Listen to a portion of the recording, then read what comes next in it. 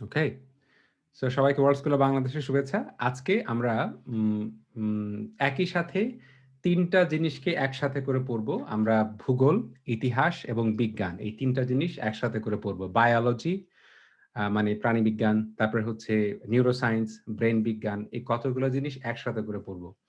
তোমাদেরকে আগে আমি যে জিনিসটা বোঝানোর চেষ্টা করেছি সেটা হচ্ছে ইন্টারকানেক্টেডনেস। একটা জিনিসের সাথে আরেকটা জিনিসের যে কানেকশন, যে সম্পর্কটা, সেই সম্পর্কটা যখন আমরা বুঝতে পারি না, তখন আমাদের জন্য মানে মনে হয় যে পড়াশোনার সাথে জীবনের সম্পর্কটা আমরা টের পাই না। তো এই জিনিসটাকে পড়ার যে পদ্ধতি, সেই পদ্ধতি থেকে আ বই পুস্তকের ভাষায় বলে ল্যান্ড বেসড লার্নিং। ল্যান্ড বলতে বিষয়টা কি? মানে ল্যান্ড বেসড লার্নিং এই কথাটার মানে কি? দেখো, তোমার যেখানে বাড়ি, তোমার আ যেখানে তুমি বড় হয়েছো, ওইটার আশেপাশের জায়গাটাকে তুমি ভালো করে চেনো। যে কোথায় একটা ঘর আছে, কোথায় একটা মসজিদ আছে, কোথায় একটা দোকান আছে। মানে ল্যান্ড মানে কি? ওই জায়গাটা তুমি খুব ভালো করে চেনো। তাই না? তো ওই যে ল্যান্ড, ওই ল্যান্ড বলতে শুধুমাত্র ওই কৃষিকাজের জমি বোঝায় না। যেকোনো কিছু যেটা তুমি খুব ভালো করে বোঝো, যার সাথে তোমার জীবনের সম্পর্ক আছে সেটাই হচ্ছে এখানে ল্যান্ড। তাহলে ল্যান্ডকে কেন্দ্র করে, তোমার জীবনকে কেন্দ্র করে শেখার যে পদ্ধতি সেটাকে আমরা বলি ল্যান্ড বেসড লার্নিং। আজকে আমি তোমাদের কিছু জিনিস মনে রাখার টেকনিকও শেখাবো। ওকে? আচ্ছা। সো আমি এখন স্ক্রিন শেয়ার শুরু করছি। হ্যাঁ। তো আজকে আমরা ডিসকাস করব এই একটা বিষয়। তোমরা এই জিনিসটা অনেক শুনেছ যে নলেজ ইজ পাওয়ার, তাই না? এটা শুনেছ। জ্ঞান হচ্ছে তোমার ক্ষমতা, শক্তি। কিন্তু এখানে আমি ইজ কথাটা যোগ করি নাই। আমি নলেজের সাথে একটা স্ল্যাশ দিয়েছি। তার মানে যেইটা নলেজ সেইটাই পাওয়ার। যেটা নলেজ সেইটাই পাওয়ার। এটা কেন? এটা বলার কারণ কি? Okay? So let's go on that. ১ম এ তোমাদেরকে নিয়ে যাব ব্রিটেনে। ব্রিটেন মনে আছে কোন মহাদেশে? যদি জানো আমাকে থামস আপ দাও যে ব্রিটেন কোন মহাদেশে?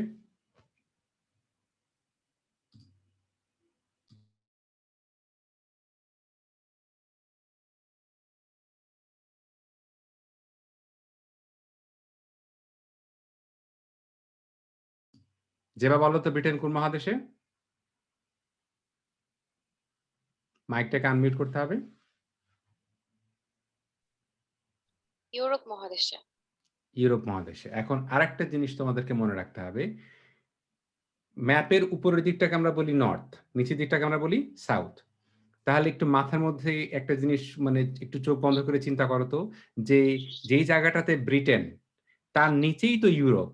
তার নিচেই যে মনে আছে কতগুলো দেশের কথা বলছিলাম, ফ্রান্সের মানুষ ফেট, বেলজিয়ামের মানুষ অনেক বাইসাইকেল চালায়, লাক্সেমবার্গের মানুষ অনেক ল্যাঙ্গুয়েজ জানে। মনে আছে? এগুলো সব কি মানে ব্রিটেনের নিচে না? এগুলো সব ব্রিটেনের নিচে। আচ্ছা। তো ওই জায়গায় ওরা এই ব্রিটেনের, তোমাদেরকে বলেছি ১৪৯২, এটা ভোলা যাবে না।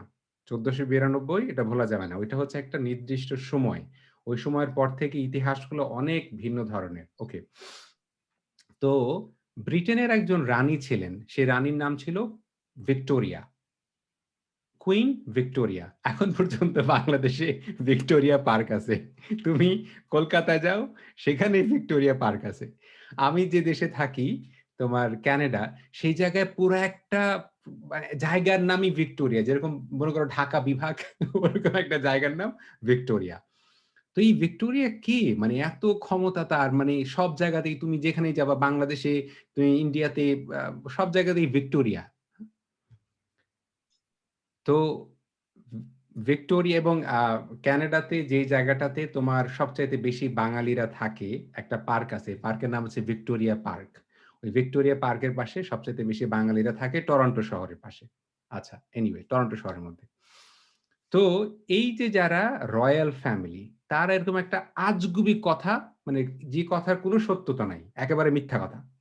এই মিথ্যা কথাকে ওরা জাহির করে দিছিল। মানে জায়েজ করে দিছে। এটা সত্যি কথা। সত্যি কথা কি? যে আমরা জানি যে রাসূল সাল্লাল্লাহু আলাইহি সাল্লাম ৪০ বছর বয়সে নবুয়ত প্রাপ্ত হয়েছেন।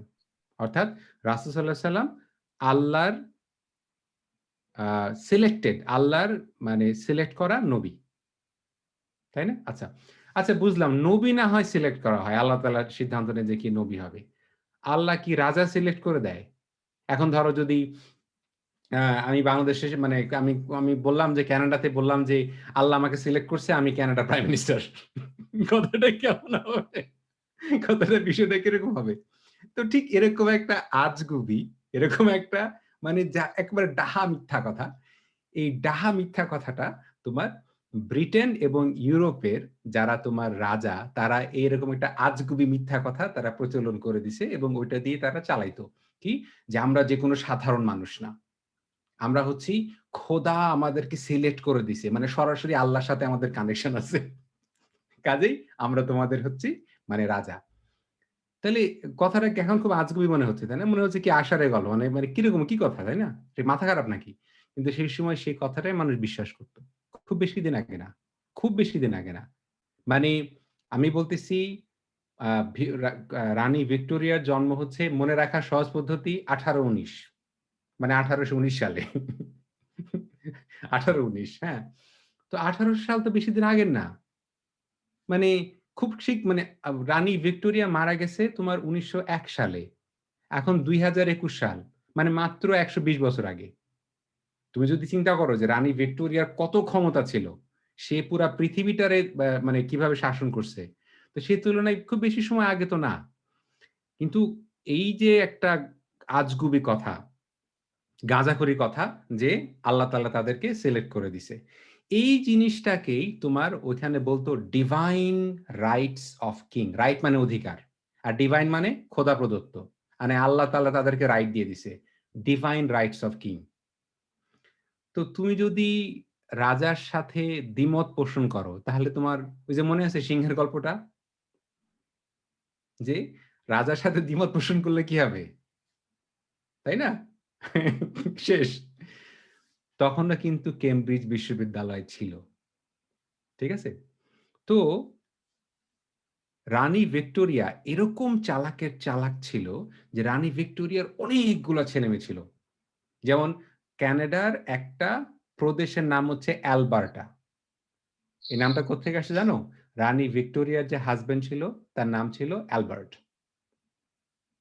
তার নামে ক্যানাডার একেবারে একটা বিভাগের নাম হচ্ছে অ্যালবার্টা। মানে কত ক্ষমতা চিন্তা করে দেখো। তাই না? আচ্ছা। তো ভিক্টোরিয়া এবং তোমার অ্যালবার্ট তাদের চালাকি মাথায় ছিল। তারা তাদের প্রত্যেকটা ছেলেমেয়েকে করবে কি? ইউরোপের একেকটা দেশের তখন তো মনার্কি ছিল। মনার্কি শব্দের অর্থ রাজতন্ত্র। যে তোমার রাজার ছেলে রাজা, যেটা এখন পর্যন্ত তোমার সৌদি আরবে আছে, তাই না? যে রাজার ছেলে রাজা। এখন পর্যন্ত দুবাইতে মানে ওই যে ওই সমস্ত দেশগুলাতে আছে। মিডল ইস্টার্ন কান্ট্রি গুলাতে আসে রাজার ছেলে রাজা। মানে যোগ্যতা দরকার নাই, রাজার ছেলে রাজা। ওরকম একটা ব্যাপার। এটাকে ইংরেজিতে বলে মনার্কি। এখন ইতিমধ্যেই আমি তোমাদেরকে যে জিনিসটা শিখিয়েছি সেটা হচ্ছে রেনেসা বলে একটা শব্দ শিখেছি, তাই না? রেনেসা। রেনেসা কি? যে এরকম আজগুবি গাঁজাখুরি কথা বললে সেটা তুমি মেনে নিবা না। আমাকে কোনো কিছু মানতে হলে আমাকে যুক্তি দেখাও, প্রমাণ দেখাও, লজিক দেখাও। এটাই তো রেনেসা। তাই না? আচ্ছা। তো কেমব্রিজ বিশ্ববিদ্যালয়ে তখন একজন আ আ একজন শিক্ষার্থী এবং সে আসলে ডাক্তারি পড়তে আরম্ভ করছিল। উনার নাম ছিল চার্লস ডারউইন। Charles Darwin. তো ডারউইন করল কি? তোমার ওই যে যা তখন ওই যে ওই ব্রিটেন বিভিন্ন দেশ শাসন করে, বিভিন্ন দেশের নিয়ন্ত্রণ নিয়ে নিছে। তাই না? কেন? কি আজগুবি কথা যে আমরা সারা পৃথিবীতে তোমার ইসলাম না, খ্রিস্টান ধর্ম প্রচার করতে যাচ্ছি, হ্যাঁ? আমরা এই সমস্ত মানুষজন দোজখে যাবে ওদেরকে দোজখে মানে খ্রিস্টানদের দোজখ। ওই দোজখে যাওয়া থেকে বাঁচাই কিভাবে? ওদের দেশ দখল করে নিয়ে। মানে আমি মনে করো নিশাতের বাড়িতে যাই বললাম, "এই নিশা তুমি তো দোজখে যাবা। এজন্য তোমার বাড়িঘর সব আমি সব নিয়ে নিচ্ছি। তোমাকে আমি খ্রিস্টান বানাচ্ছি।" এটাই করত ওই ইউরোপিয়ানরা। তাহলে এটা তো কোন সায়েন্টিফিক কথা না। এটা তো সত্যি কথা না। এটা তো একটা মিথ্যা কথা। কিন্তু প্রতিষ্ঠিত মিথ্যা কথা। এই মিথ্যা কথাটা আচ্ছা। তো যখন আমি তোমাদেরকে ১ম স্লাইডে দেখালাম knowledge স্ল্যাশ পাওয়ার। তার মানে তুমি বুঝতে পারতেছো? একজন খেটে খাওয়া কৃষক কিংবা একজন মজুর কিংবা একজন শ্রমিক তার কিন্তু ক্ষমতা নাই। ক্ষমতা নাই বলে সে যেটা বলে সেটা কিন্তু নলেজ হয় না। কি তুমি বুঝতে পারতেছো? যেমন ধরো আমি এখন এই যে বিশ্ববিদ্যালয়ে পড়াশোনা করতেছি। আমার পিএইচডি শেষ হয়ে গেলে আমার নামের আগে ডক্টরেট বসবে, তাই না? তো তখন যদি তুমি বলো যে, "হ্যাঁ, এই কথাটা ডক্টর ফিরোজ বলছে।" আমি কি তখন কেমন ২ টা পাখা জ্বালা যাবে? আমার মাথা কি শিং গজাবে তখন? শিং গজাবে না তো। তো বুঝতে পারতেছো যে নলেজ কোনটা হয়? সবার কথা তো নলেজ হয় না। রাজার কথা নলেজ হয়, তাই না? যাদের ক্ষমতা আছে তাদের কথা নলেজ হয়, তাই না? আ এই যে তোমাদেরকে বাংলা শেখাতে আসবে। তোমাদেরকে মানে এই কথাটা কখনোই বলবা না কিন্তু যে কথাটা যে তোমরা কখনোই বলবা না যে তোমার বাংলা সঠিক বাংলা না। তুমি তোমাদেরকে বাংলার যে উচ্চারণ শেখাতে আসবেন, উনারা তোমাদেরকে বই পুস্তকের যে বাংলা, সেই বাংলার উচ্চারণটা শেখাতে আসবেন। সংবাদ যারা পাঠ করে, তারা যে বাংলাটা বলে, সেই বাংলা শেখাতে আসবেন। তোমার বাংলা কিন্তু ভুল না। তোমার বাংলা কিন্তু অশুদ্ধ না। এটা কিন্তু মনে রেখো। যদি নিজের বাংলাকে অশুদ্ধ মনে করো, তাহলে তুমি হীনমন্যতায় ভুগবা। হ্যাঁ, ইমন বলো। স্যার আমাদের বাংলাটা হচ্ছে যার যার মায়ের বাংলা ভাষা আর কি, নিজস্ব বাংলা ভাষা। এটা নিয়ে হুম, ছোট ভাবার কোনো কিছু নাই। এক্সাক্টলি। কিন্তু আর ওই ওরা হচ্ছে আ আমাদের একাডেমিক শিক্ষা দিবে পুস্তকে হুম, যা আছে। আবার এক্সাক্টলি। পুস্তকে দেখা গেছে এরকম শুদ্ধ শুনলেও মাঝে মধ্যে কিন্তু হাসি পাবে, যে যদি হ্যাঁ, এক্সপ্রেস হয়, দুইটা এক্সপ্রেশন হুম, দিতেছে একটা কিন্তু ও বলতেছে একটা, আবার সব জায়গায় হুম, আপনি শুদ্ধ বলতে পারবেন না। অনেক হুম, ছেলেপেলে করে দেখা গেছে ফ্রেন্ডদের মাঝে বসে আছি, ও জায়গায় হুম, শুদ্ধ বলতেছে, আরে ভাই তুই তোর ভাষায় বল, সমস্যা হুম, কি? হুম। হ্যাঁ, এটা ইউ আর অ্যাবসোলিউটলি রাইট। ওই যে বললাম যে কার বাংলা শুদ্ধ বাংলা? যাদের টাকা পয়সা আছে, হ্যাঁ? যাদের ক্ষমতা আছে, তাদের বাংলাটা হচ্ছে শুদ্ধ বাংলা। তাই না? তো এইজন্য তুমি যেরকম ইংরেজি শিখছো, ইংরেজি বলার জন্য, ঠিক একইভাবে তুমি বাংলারও ২ টা ভার্সন শিখবা। একটা হচ্ছে তোমার মায়ের বাংলা, আরেকটা হচ্ছে তোমার পুস্তকের বাংলা। তো ওই পুস্তকের বাংলা তোমাদেরকে শিখতে হবে। তো বুঝতে পারতেছো যে নলেজ কোত্থেকে আসে? নলেজ কিন্তু পাওয়ার ছাড়া হয় না। যার পাওয়ার নাই তার কথা কিন্তু নলেজ না। এই কথাটা বুঝো এবং এই পুরা জিনিসটা আজকে তোমাদেরকে বুঝাবো। তাহলে এই যে রানী ভিক্টোরিয়ার কথা বললাম, এই ভিক্টোরিয়াকে বলা হইতো পুরা ইউরোপের দাদি, নানি, গ্র্যান্ডমাদার। পুরা ইউরোপের। ইউরোপ এত বড় একটা মহাদেশ। এই মহাদেশ মানে মানে অন্য মহাদেশের তুলনায় ছোট। কিন্তু অনেক বড়লোক মহাদেশ না? সেই মহাদেশের নানি অথবা দাদি হচ্ছে মানে ভিক্টোরিয়া। কি আশ্চর্য! অদ্ভুত কথা। একজন মহিলা। হ্যাঁ? কিভাবে হলো সেটা তোমাদেরকে দেখাই। এই দেখো। এই যে ভদ্রমহিলা বাম পাশে যিনি আছেন, আ একেবারে আ খুব সিরিয়াসলি মুখ গম্ভীর করে আছেন, তাই না? উনি ছিলেন উনার নাম ছিল আ কুইন ভিক্টোরিয়া এবং পাশে যে ভদ্রলোকের পাশে উনি দাঁড়িয়ে আছেন, উনি ছিলেন তার স্বামী অ্যালবার্ট, তাই না? এবং আবার কাজিন হইতো। মানে যে আমরা বলি না খালাতো বোন, চাচাতো বোন এগুলাকে আমরা কাজিন বলি না? এরা কিন্তু আবার এই খালাতো চাচাতো ভাই-বোন। এই ব্যাপারটা বুঝে নাও। এটা আমরা বুঝতে পারি না, চিন্তা করি না। তো এই ভদ্রমহিলা কি করেছেন দেখো। দেখেছো কতগুলো ছেলেমেয়ে? হুম? এখন যদি আমি যদি বলি আমার ভাই-বোন ১১ জন, তখন তো তুমি বলবা যে, "কি ছি, ছি, ছি, ছি, ছি এত মানুষ, এত ছেলেমেয়ে, আমাদের ২৮ টা ছেলেমেয়ে। আমাদের ১১ ভাই-বোনের ২৮ টা ছেলেমেয়ে, তাই না?" দেখছো কুইন ভিক্টোরিয়ার অবস্থা দেখছো? বিষয়টা কি ছিল?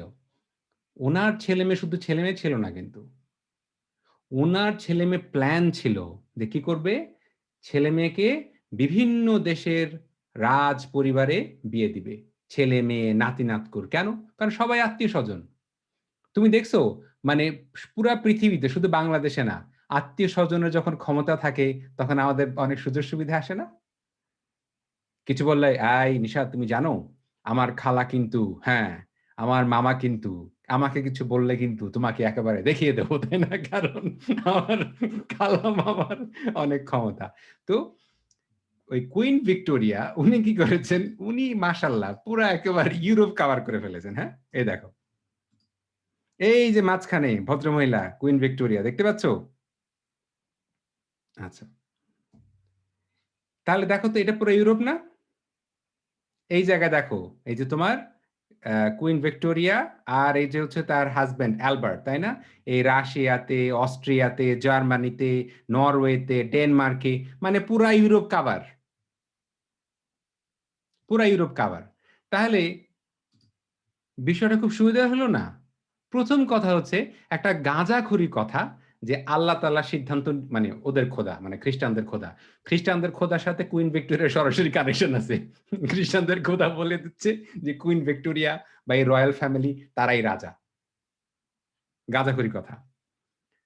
এরপরের ব্যাপারটা হচ্ছে যে আবার দেখো এই কথাটাকে আবার যদি আমি, মানে যদি আমি বলি যে হ্যাঁ আমাকে আল্লাহ তাআলা সিলেক্ট করে দিছে, মানে গড সিলেক্ট করে দিছে, তাহলে আমার ছেলে আমার মেয়ে সেটাও তো গড সিলেক্ট করা। তো আমি যদি আমার মোটামুটি সব ছেলে মেয়েকে ইউরোপে বিয়ে দিই, তাহলে পুরা ইউরোপের দাদি আমি, পুরো ইউরোপের দাদা আমি, তাই না? কিরকম ব্যাপার স্যাপার, তাই না? দেখো না বাংলাদেশের সিনেমা, দেখো না যে চৌধুরী সাহেবের মেয়ের বিয়ে হয় কি বলে খান সাহেবের ছেলের সাথে, কারণ চৌধুরী সাহেবও বড় লোক, আবার খান সাহেবও বড়লোক।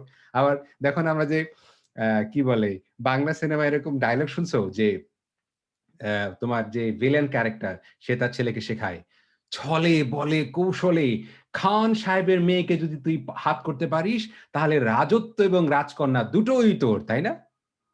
বিষয়টা খুব মেলোড্রামাটিক, মানে কথাটা খুব হাস্যকর, কিন্তু ঠিক এই কাজটাই ছলে বলে কৌশলে কি করেছে কুইন ভিক্টোরিয়া করেছে, পুরা ইউরোপ কভার করে নিয়েছে। ঠিক আছে, এখন দেখো তো এই তো হয়ে গেল, ডিভাইন খোদাও বলে দিছে, আবার পুরা ইউরোপ কভার করে নিছে। এরকম একটা পরিস্থিতিতে এখন দেখো তো যে এই ছবিগুলা চেনো কিনা? তোমরা তো আসলে ইংল্যান্ডে যাও নাই। এখানে আমি গেছিলাম আমার ভাইয়ের সাথে। এই যে পিছনে বাকিংহাম প্যালেস, যেখানে রাজারা এখন পর্যন্ত আছে, দেখছো যে গোল্ডেন মূর্তি, আর এই যে বসে আছে ভদ্রমহিলা, দেখতে পারতেছো? কারসারটা দেখতে পারতেছো? এখন পর্যন্ত এ হচ্ছে কুইন ভিক্টোরিয়া। আচ্ছা, এখন এটা দেখতে পারতেছো? মানে লাল সে কি, মানে কি একটা আহামরি অবস্থা, মানে ব্যাপার কি, মানে উনি হচ্ছেন রাজপুত্র আর উনি হচ্ছেন মানে রাজকন্যা, মানে উনি যে বিয়ে করছেন উনার এখন এটা হচ্ছে রয়্যাল ফ্যামিলি। মানে কত বড় একটা ফালতু আইডিয়া, কত বড় একটা ফালতু আইডিয়া, যেই বেটা মানে যে পৃথিবীতে কোটি কোটি মানুষ মারছে ওদের বংশধর হওয়া তো লজ্জার কথা। আমি যদি বলি যে আমার দাদা, মামা, মানে আমার দাদা, আমার চাচা, আমার খালা এরা পৃথিবীর কোটি কোটি মানুষের মেরে ফেলছে, কিন্তু দেখো ওদের চেহারা কোনো লজ্জা দেখতেছো? লাল জামা পরে পাশে একজন সাহেব, মানে কি ব্যাপার স্যাপার।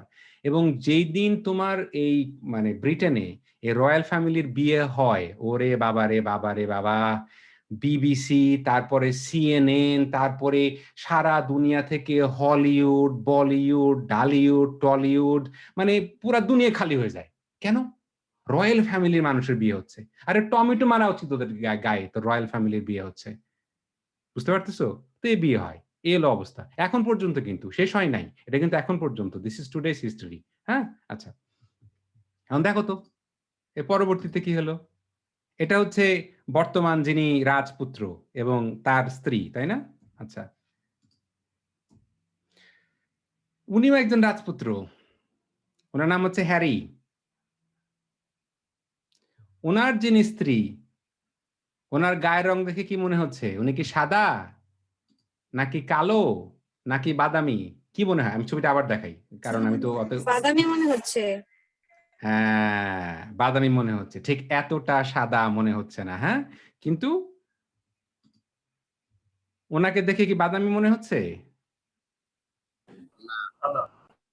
মানে 100% এ পুরা আল্লাহর সিলেক্টেড, একেবারে 100%, এও আল্লাহর সিলেক্টেড, এও আল্লাহর সিলেক্টেড, পুরা 100% সাদা। কিন্তু এই ভদ্রমহিলা একটু সমস্যা হয়ে গেছে, তাই না? সে 100% না, তার একটু ঘাটতি আছে। তাই না? কিন্তু এই ভদ্রলোক সেও তো রাজপুত্র, তাই না? আচ্ছা, কারণ এই ভদ্র মহিলার মা হচ্ছে কালো। তারপরে উনি যে কালো এটাকে বুঝতে কষ্ট হচ্ছে না, কিন্তু চেহারা মিল দেখতেছো? মা এবং মেয়ের চেহারা মিল দেখতেছো? এটা এটা মেয়ে, এটা মা। কারণ এই ভদ্র মহিলার এখন মিল দেখতেছো চেহারায়? এই ভদ্র মহিলার মা হচ্ছে কালো কিন্তু বাবা হচ্ছে সাদা। এই কারণে এই মহিলা কনফিউজড। এ সাদাও না, এ কালোও না, এ হচ্ছে বাদামি। তো কালো, সাদা এবং কনফিউজড মানে ব্রাউন। আচ্ছা।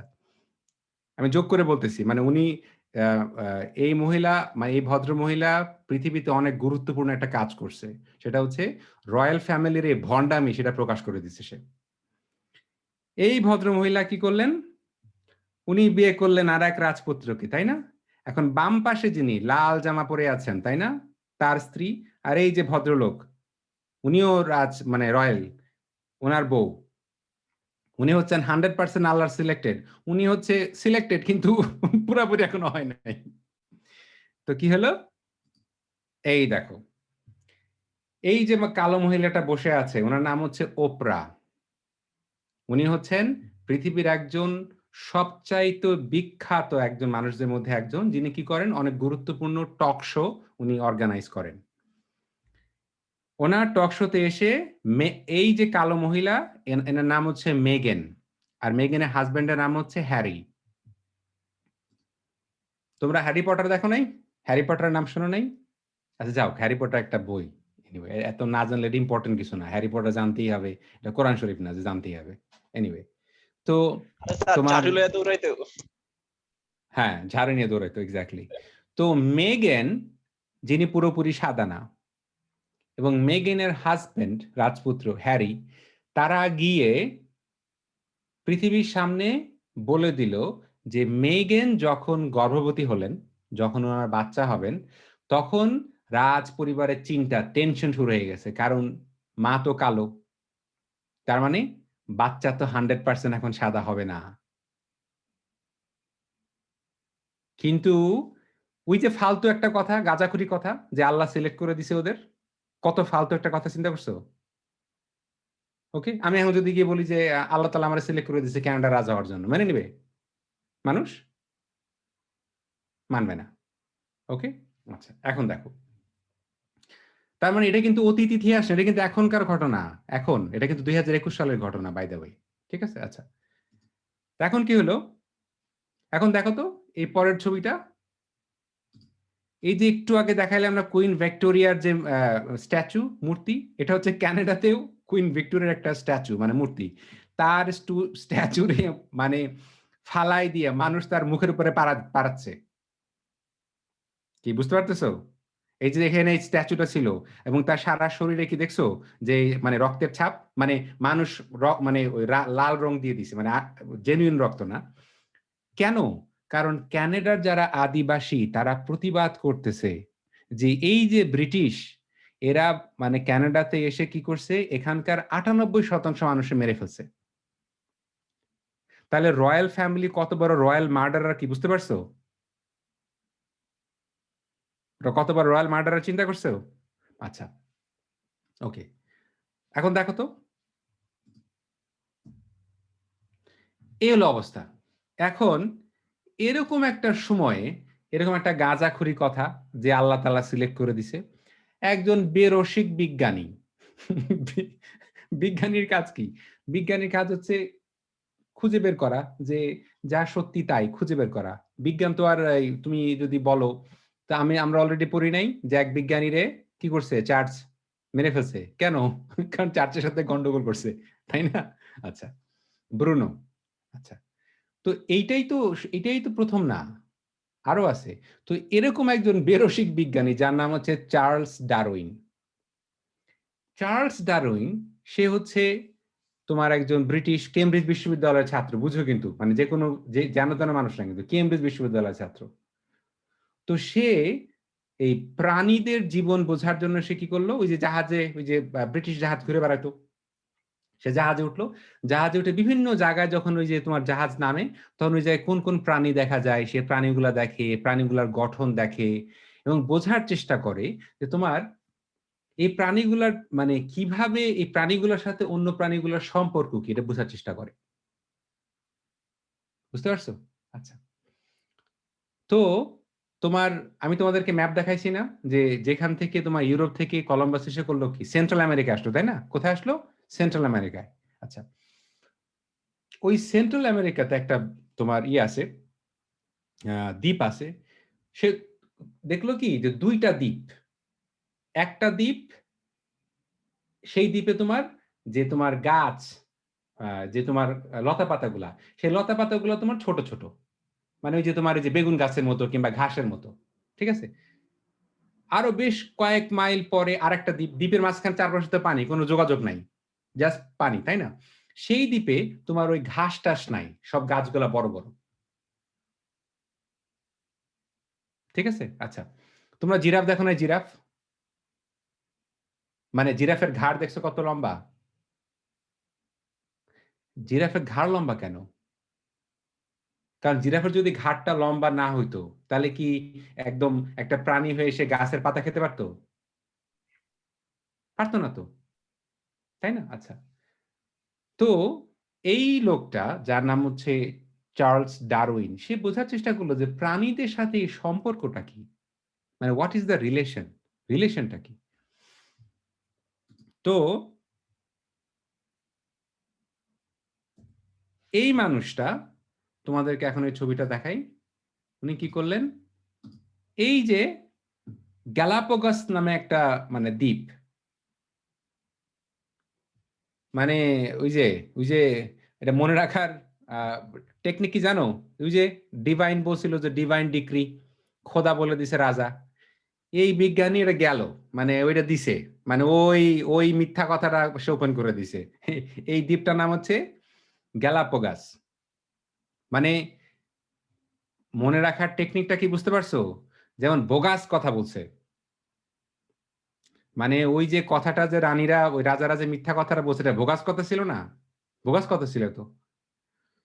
তা এখন মনে করো গেল বোগাস, বুঝতে পারছো? মানে বোগাস কথা এখন গেল, এই বিজ্ঞানী কি করছে, এই সত্যি কথাটা মানে উন্মোচন করে দিছেন। ওই দ্বীপের নাম ছিল গ্যালাপাগোস। গ্যালাপাগোস আইল্যান্ডে গিয়ে সে এই দুইটা মানে পাশাপাশি তুমি দুইটা আইল্যান্ড দেখো। এখন দেখো, এই যে একটা আইল্যান্ড, এখান থেকে আরেকটা আইল্যান্ড, এর ম্যাপের ছবিটা বুঝতে পারতেছো? মাঝখানে তো পানি, আর কিছুই নেই। এখন কথা হচ্ছে, এইটাও তোমার কচ্ছপ, এইটাও কচ্ছপ, এই কচ্ছপের ঘাড় এত লম্বা কেন? আর এই কচ্ছপের ঘাড় এতটুক কেন? কচ্ছপ তোমরা দেখো না কখনো? কচ্ছপের পিঠে যে তোমার এই যে আবরণটা, এই আবরণটা অনেক শক্ত না? অনেক শক্ত আবরণ। যদি কোনো মানে প্রাণী, অন্য প্রাণী এসে কচ্ছপকে আক্রমণ করে, তখন কচ্ছপ করে কি, পুরা শরীরটাকে তার ওই খোলসের মধ্যে ঢুকায় ফেলে, এবং ওই খোলসটা এত শক্ত যে ওই খোলসটা কিন্তু ওইটা কিন্তু তাদের প্রতিরক্ষা। তো এখন এই যে ব্যাপারটা যে এইটাও কচ্ছপ, এই কচ্ছপ, এই কচ্ছপের ঘাড় লম্বা, এই কচ্ছপের ঘাড় খাটো, এটার ব্যাপার কি? What's the reason? ব্যাস, গেল বোগাস গেল। তখন এই বিজ্ঞানী চার্লস ডারউইন, সে কিন্তু একদিন দুই দিন ধরে প্রাণীগুলাকে দেখে বেড়ায় নাই, সে ২০ বছর ধরে এই যে বিভিন্ন মানে জায়গায় যেত, ওখানকার প্রাণীগুলা দেখতো, এবং দেখতো যে একটা প্রাণীর সাথে আরেকটা প্রাণীর কোনো লিঙ্ক আছে কিনা। এই যে আমি কচ্ছপ দিয়ে বুঝাইলাম সহজে, মানে একদম যে উদাহরণটা উনি দিছেন সেই উদাহরণটা আমি তোমাকে দিলাম। তখন চার্লস ডারউইন যে বিষয়টা বললেন, আচ্ছা, পৃথিবীর আকার গোল, এটা কি ফ্যাক্ট নাকি একটা ধারণা? পৃথিবীর আকারটা গোল, তার ধারণা। না এটা ফ্যাক্ট, এটা একটা ব্যাপার ধারণা। নাকি? এটা ব্যাপার, ইটস এ ফ্যাক্ট। আচ্ছা, কম দামে আগুন, বলুন তো। আগুন, আগুন গরম, এই জিনিসটা কি ফ্যাক্ট না? নাকি আগুন তোমার এই কি বলে, অনন্যার জন্য ঠান্ডা, আমার জন্য গরম? আগুন গরম, আগুনে হাত পুড়ে যায়, এটা একটা ফ্যাক্ট, এটা একটা তথ্য। পানি কানাডাতেও যেরকম, আবার পানি তোমার কিসে, এই বাংলাদেশে সেরকম। এখন জান্নাতের পানির স্বাদ কি হবে সেটা তুমি পরীক্ষা করতে পারবে না। তোমার কি জান্নাতের পানি কি আল্লাহ তাআলা সাপ্লাই দিয়ে গেছে যে যা টেস্ট করে দেখো যে পানির টেস্ট কি, ওই পানির ভিতরে কোন মলিকিউল আছে এটা কি টেস্ট করতে পারবা? পারবা না তো। বিজ্ঞানের কাজই হচ্ছে পরীক্ষা করে দেখা। বিজ্ঞান কিন্তু বিশ্বাস করতে পারে না। বিজ্ঞান প্রমাণ ছাড়া কিছু মানে বিজ্ঞানের কাজই হচ্ছে প্রমাণ খোঁজা। তো যেটা প্রমাণিত সেটাকে বলে ফ্যাক্ট। আর যেটা ধারণা করা হয় এখন পর্যন্ত প্রমাণিত হয় নাই সেটাকে বলে তোমার একটা ধারণা বা থিওরি। এখন কি বুঝতে পারছো? আচ্ছা। এই যে কচ্ছপের ঘাড় ছোট, ঘাড় লম্বা। এই বিষয়টাকে বিজ্ঞানীরা বলে বিবর্তন। কিন্তু এই বিবর্তনের জন্য অনেক সময় প্রয়োজন পড়ে। পৃথিবীতে একসময় ডাইনোসর ছিল। এটা কিন্তু ফ্যাক্ট, এটা কিন্তু গল্প না। তোমরা জুরাসিক পার্ক দেখছো, সিনেমা দেখছো, তাই না? সারা পৃথিবীতে বিভিন্ন দেশে এরকম বড়, বড় হাড্ডি-গুড্ডি পাওয়া গেছে। সেই হাড্ডি-গুড্ডিগুলো জোড়া করে এরকম ডাইনোসর বানানো হইছে। আমি নিউ ইয়র্কে ডাইনোসর দেখে আসছি। বিশাল বড় ডাইনোসর। মানে তোমার ওই হাড্ডিগুলো জোড়া দিয়ে এবং সেই ডাইনোসর কত বড় ডাইনোসর ওরে বাপরে! মানে এরকম ৩০, ৪০, ৫০ ফুট লম্বা ডাইনোসর। এই যে এত বড় একটা প্রাণী ছিল, সেই প্রাণীটা কিন্তু এখন আর নাই। সেই প্রাণীটা এখন বিলুপ্ত হয়ে গেছে। তো এই যে যখন কোন একটা প্রাণী বিলুপ্ত হয়ে যায়, এই জিনিসটাকে জীববিজ্ঞানে বলা হয় এক্সটিংশন। মানে আর নাই, বিলুপ্ত হয়ে গেছে, শেষ। তুমি জানো না যে পৃথিবীর সামনে কত ভয়াবহ একটা পরিস্থিতি। কেন? কারণ মানুষ কি করতেছে? প্রতিনিয়ত যেইভাবে বিভিন্ন প্রাণীকে একেবারে বিলুপ্ত করে দিচ্ছে, ধ্বংস করে দিচ্ছে। তোমাকে সহজ একটা জিনিস বুঝাই। ব্যাঙ মশা খায় না, মশা খায় না? ব্যাঙ মশা খায়, রাইট? আচ্ছা। টিকটিকি মশা খায়। আচ্ছা। মৌমাছি যদি একটা ফুল থেকে আরেকটা ফুলে না উড়ে যায়, তাহলে ফল উৎপাদন হবে না, পরাগায়ন হবে না, পলিনেশন হবে না। না খায়া মারা যাবা। তুমি কি বুঝতে পারতেছো যে এই যে মৌমাছি কত গুরুত্বপূর্ণ কাজ করে? মানুষ মরে গেলে পৃথিবীর কিছুই হবে না। কিন্তু মৌমাছি যদি পৃথিবীতে না থাকে তাহলে আমরা খাদ্য উৎপাদন করতে পারব না। হ্যাঁ, হোয়াটস ইউর কোয়েশ্চেন আসলাম? কোশ্চেনটা ছিল অ্যানিমাল হান্টিং, এটা কি হুম। মানে এখন এটা তো ইলিগাল তাই না? তো এটা অ্যানিমাল হান্টিং ইলিগাল মানে বুঝলাম না। না, সাধারণত যেটা আমি শুনছি যে মানুষ এখন যখন কোভিড আগে এখন যাই নাকি আমি শিওর না যে পশু পাখি গিয়ে হান্ট করতো, ওদের মানে এক ধরনের পেশাই ছিল যে পশু পাখি গিয়ে হান্ট করবে, বাঘটা এসব গিয়ে মারবে। তো এটা আচ্ছা, কি এনিওয়ে তো ব্যাপারটা হচ্ছে এরকম যে তোমরা এই মাঝে মধ্যে এই শব্দটা দেখবা। এই শব্দটার নাম হচ্ছে অভয় অরণ্য। একসাথে বললে অভয়ারণ্য বলে। অভয় অরণ্য। যে সমস্ত প্রাণীগুলো বিলুপ্ত হয়ে যাচ্ছে, বিজ্ঞানীরা বলে যেমন রয়্যাল বেঙ্গল টাইগার বিলুপ্ত প্রায় একটা প্রাণী। পুরা সুন্দরবনে রয়্যাল বেঙ্গল টাইগারের সংখ্যা এখন ১,০০০-এরও কম। কেন? মানুষ মেরে ফেলতেছে। মানুষ রয়্যাল বেঙ্গল টাইগারটা মেরে ফেলতেছে। তো বিজ্ঞানীরা যেটা বলে যে পৃথিবীর যে বাস্তু সংস্থান, যেরকম সাপ ব্যাঙ খায়, আবার বাজ পাখি সাপ খায়, তাই না? আবার ব্যাঙ মশা খায়। তাহলে বুঝতে পারতেছো যে কিভাবে একটা প্রাণীর সাথে আরেকটা প্রাণী সম্পৃক্ত। তুমি যদি এখান থেকে একটা প্রাণীকে একদম মেরে ফেলো, বিলুপ্ত করে ফেলো, তাহলে যে বাস্তু সংস্থার যে ভারসাম্যটা নষ্ট হয়ে যাবে না? বাস্তু সংস্থানের ভারসাম্য নষ্ট হয়ে যাবে। আর বাস্তু সংস্থানের ভারসাম্য যদি নষ্ট হয়ে যায় তখন আমাদের জীবন আমরা বিপদগ্রস্ত হয়ে পড়ব। তোমাকে সিম্পল একটা কথা বললাম, যদি মৌমাছি সব মরে যায়, খাদ্য উৎপাদন বন্ধ হয়ে যাবে। তো এরকম অনেক, অনেক প্রাণী আছে যা একসময় পৃথিবীতে ছিল, এখন বিলুপ্ত হয়ে গেছে। ডাইনোসর কিন্তু এরকম অনেক, অনেক বড় একটা শক্তিশালী প্রাণী ছিল। সে বিলুপ্ত হয়ে গেছে। কেন? এই কথাটা শোনো, এই কথাটা বুঝতে হবে তোমাকে। কারণ ডাইনোসর কি করতে পারে নাই? বাস্তু সংস্থানের পরিবর্তনের সাথে, সাথে সে কি করতে পারে নাই? নিজেকে অ্যাডাপ্ট করতে পারে নাই। নিজেকে মানায় নিতে পারে নাই। অ্যাডাপ্টেশন মানে মানায় নেওয়া। সহজ উদাহরণ দিয়ে বলি। আমরা যে ৪র্থ শিল্প বিপ্লবের ভেতর দিয়ে যাচ্ছি, পুরা তোমার মানে পরিবেশ পাল্টায় গেছে না অর্থনীতির? কাজের ধরন পাল্টা গেছে না?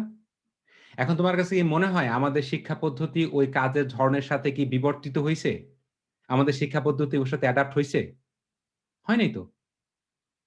হয় নাই বলেই এই নাফির মতো ছোট, ছোট বাচ্চারা এই যে এই ক্যানাডাতে যারা বড়লোকের মানে দেশের মানুষ, ওরা করে কি? এই ছোট, ছোট অবস্থাতে ওরা রোবোটিক্স শেখে, কম্পিউটার শেখে, এইটা বানায়, সেইটা বানায়। কিন্তু আমাদের কি অবস্থা? আমরা কি আমরা কি বিবর্তিত হতে পারতেছি? যদি তুমি যদি বিবর্তন যদি তুমি যদি নিজেকে অ্যাডাপ্ট করতে না পারো, তাহলে তুমি বিলুপ্ত হয়ে যাবা। বিবর্তন যদি তুমি নিজেরে করতে না পারো, তুমি কি হয়ে যাবা? বিলুপ্ত হয়ে যাবা। একসময় এই কথাটা এরকম ছিল, গাড়ি ঘোড়া মানে লেখাপড়া করে যে গাড়ি ঘোড়া চড়ে সে। তুমি লেখাপড়া করলে বিশ্ববিদ্যালয় থেকে পাশ করলে তোমার চাকরি নিশ্চিত ছিল। এখন তোমাকে বিশ্ববিদ্যালয় থেকে পাশ করতে হবে, ইংরেজি জানতে হবে, কম্পিউটার জানতে হবে, লিডারশিপ কোয়ালিটি জানতে হবে। যদি এগুলো না জানো, তাহলে তুমি কি চাকরি পাবা? তুমি কি মানে জব ক্রিয়েট করতে পারবা? এন্টারপ্রেনার হতে পারবা? পারবা না তো। তার মানে কি বুঝতে পারতেছো? যদি বিবর্তন তুমি নিজেকে যদি বিবর্তিত না করো, তাহলে তুমি বিলুপ্ত হয়ে যাবা। আইদার বিবর্তিত হও, অন্যথায় কি? খাল্লাস। হ্যাঁ, জি ম্যাম হাসতেছো কেন বলো? না স্যার হাসতেছি না। খেলা কি শেষ? গান মাত্র শেষ হয়েছে। ওকে, আলহামদুলিল্লাহ। এখন অ্যাটেনশন এখানে দাও প্লিজ। আমি অনেক সিরিয়াস কথা মানে করতেছি। আচ্ছা, ওকে। এনিওয়ে, হ্যাঁ বিপাশা বলো। স্যার শিল্প বিপ্লব অর্থ কি? শিল্প বিপ্লব অর্থ হচ্ছে, বিপ্লব মানে তো বুঝো যখন অনেক কিছু একসাথে পরিবর্তিত হয়ে যায়, এটা হচ্ছে বিপ্লব। তো যখন শিল্পক্ষেত্রে, কলকারখানায়, অর্থনীতিতে এরকম বড় কোনো পরিবর্তন আসে যা আগের মতো কোনোই মিল নাই, সেটাকে বলে শিল্প বিপ্লব। যেমন ধরো, আগে মানুষ করতো কি, সব কাজ হাতে করতো, ম্যানুয়ালি করতো, হাত দিয়ে করতো। তো বাষ্প ইঞ্জিন আবিষ্কার হওয়ার পরে কি সেটা মেশিন দিয়ে করা আরম্ভ হয়েছে। আগে যে কাজটা মানুষ হাত দিয়ে করতো, এখন সেই কাজটা কি করতেছে? মেশিন দিয়ে করতেছে। তো হাত দিয়ে যারা আগে কাজ করতো, এখন তারা সে কাজ করে। আমি আর একটা উদাহরণ দিয়ে বলি। একসময় মানুষ কি লাঙ্গল দিয়ে ক্ষেত চষতো না? লাঙ্গল গরু দিয়ে ক্ষেত চষতো। এখন কি লাঙ্গল গরু দিয়ে ক্ষেত চষে? এখন চলে ট্রাক্টর দিয়ে। তো তুমি যদি ট্রাক্টর না কিনতে পারো, ধরো আমি আমি ক্ষেত চষি লাঙ্গল গরু দিয়ে, কিন্তু বিপাশা ক্ষেত চষে ট্রাক্টর দিয়ে। আমি কি বিপাশার সাথে মানে পাল্লা দিয়ে পারবো? পারবো না তো। কারণ বিপাশা মানে ৫,০০০ বিঘা জমি চাষ করবে, আর আমি সারাদিন ধরে কতটুকু বিঘা জমি চাষ করব? এখন মানুষ ধান কাটে, হাত দিয়েও ধান কাটা যায়। কানাডাতে আমি যে দেশে থাকি, সেই দেশে তোমার হাজার হাজার বিঘা মেশিন দিয়ে ধান কাটে। বাংলাদেশে মানুষ হাত দিয়ে কীটনাশক দেয় না? হাত দিয়ে কীটনাশক দেয়। এখানে কীটনাশক দেয় তোমার ড্রোন দিয়ে কীটনাশক দেয়। ড্রোন মেশিন, মানে ওখানে কোনো মানুষ নাই, একটা মেশিন অটোমেটিক্যালি উড়ে যাচ্ছে আর সে কীটনাশক দিচ্ছে। আমরা যখন কীটনাশক দিই, এটা কিন্তু কানাডার কৃষি কিন্তু অনেক অনেক অনেক অ্যাডভান্সড। কানাডাতে মানে প্রযুক্তিটা কোথায় গেছে? একটা ড্রোন ক্ষেতের উপর দিয়ে উড়ে যায়, উড়ে গিয়ে একটা পাতার উপরে কোন জায়গায় একটা পোকা বসে আছে, ঠিক সেই পোকাটার উপরে গিয়ে কীটনাশকটা মারে। সারা ক্ষেতে কীটনাশক দেয় না। কারণ যখন আমরা ক্ষেতে কীটনাশকটা দিই, সেই কীটনাশকটা কি পানিতে ধুয়ে যায় না? পানিতে ধুয়ে গিয়ে পানিতে পড়ে না? সেটা আবার মাছের শরীরে তোমার ক্যান্সার তৈরি করে না? তোমার শরীরের ভিতরে সেই কীটনাশক ঢুকতেছে না? তুমি ক্যান্সারে আক্রান্ত হচ্ছ না? তো এখানে কি করতেছে? একটা ড্রোন উড়ে যাচ্ছে এবং ড্রোনের সাথে তোমার মানে আর্টিফিশিয়ালি ইন্টেলিজেন্ট একটা স্মার্ট মডেল। একটা ড্রোন, সেটা হচ্ছে এআই ড্রোন। ওই ড্রোনটা তোমার আর্টিফিশিয়াল ইন্টেলিজেন্ট। সে উড়ে বেড়ায়, যেখানে ছোট্ট একদম একেবারে ক্ষুদ্র, মানে তোমার যত ছোট তুমি চিন্তা করতে পারো, যেখানে পোকা সেখানেই তোমার বিষ মারে। আগে যেখানে লাগতো তোমার এই ১০ কেজি বিষ, সেখানে এখন লাগতেছে আধা কেজি বিষ। তাহলে তুমি কি বুঝতে পারতেছো যে কেন কৃষিতে তুমি যদি প্রযুক্তি না জানো, তুমি পারবা না তো। তুমি পারবা না। তো শিল্প বিপ্লব হচ্ছে যখন একটা অর্থনীতিতে মানুষ যেভাবে উৎপাদন করে, সেই উৎপাদনটা পাল্টায় যাচ্ছে, একদম পাল্টায় যাচ্ছে। তো এটা হচ্ছে শিল্প বিপ্লব। তো এখন কি বুঝতে পারতেছো, যখন কোনো বিপ্লব হয় এর সাথে তুমি যদি নিজেকে পাল্টাইতে না পারো, তুমি যদি বিবর্তন করতে না পারো নিজেরে, তাহলে তুমি বিলুপ্ত হয়ে যাবা। বিবর্তন এবং বিলুপ্তি, এটা কি বুঝতে পারছো? তো ডাইনোসর জি তো স্যার। এত ডাইনোসর তো এত শক্তিশালী প্রাণী ছিল, শক্তিশালী প্রাণী ছিল না? ডাইনোসর কি বাঁচতে পারছে? বাঁচতে পারে নাই তো। কারণ ডাইনোসর কি করতে পারে নাই? বিবর্তিত হইতে পারে নাই। বিবর্তন শব্দটা কি দাঁত ভাঙা কষ্ট মনে হচ্ছে যে বিবর্তন শব্দটা কিরকম? আমি তোমাকে আবার ছবিটা দেখাই।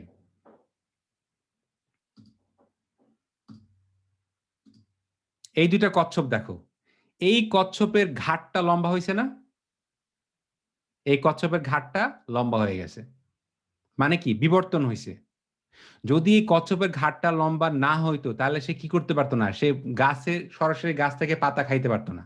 এখন এই কচ্ছপটা যদি এই দ্বীপে থাকে আর যে দ্বীপে যদি গাছ লম্বা না থাকে, মানে ছোট গাছ যদি না থাকে, তাহলে এই কচ্ছপটা কি এখানে কি বাঁচতে পারবে?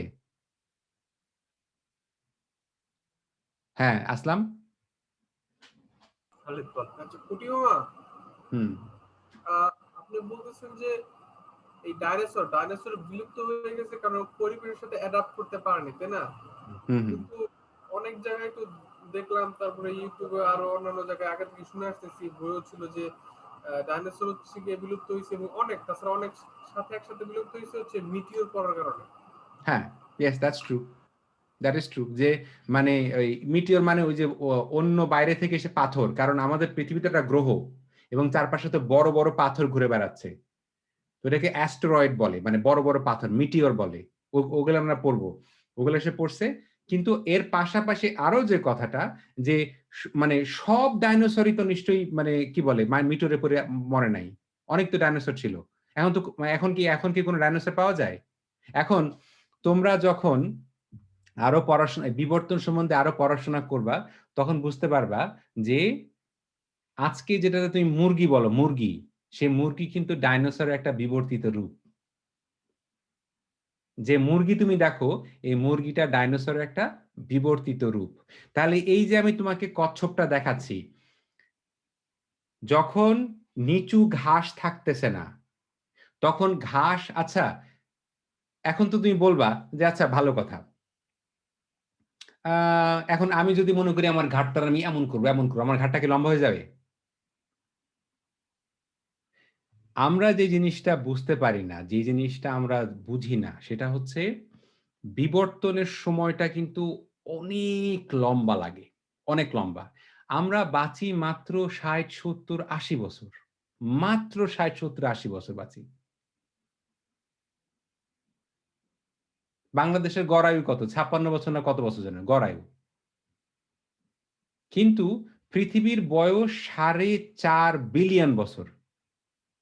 তাহলে বিবর্তনের সময়টা কি বুঝতে পারতেছো?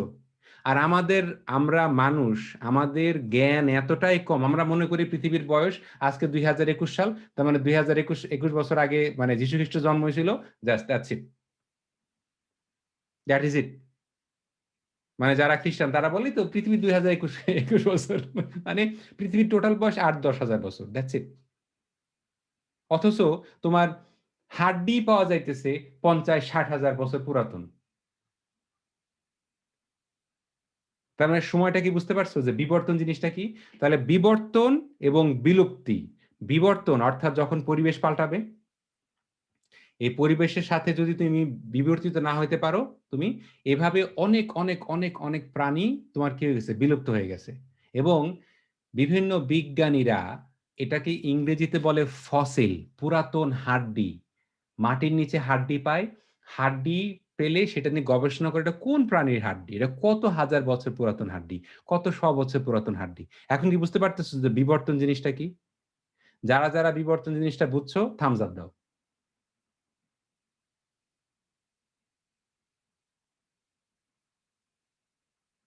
আচ্ছা, তো এই যে বেরসিক বিজ্ঞানী যার নাম হচ্ছে চার্লস ডারউইন, সে করলো কি?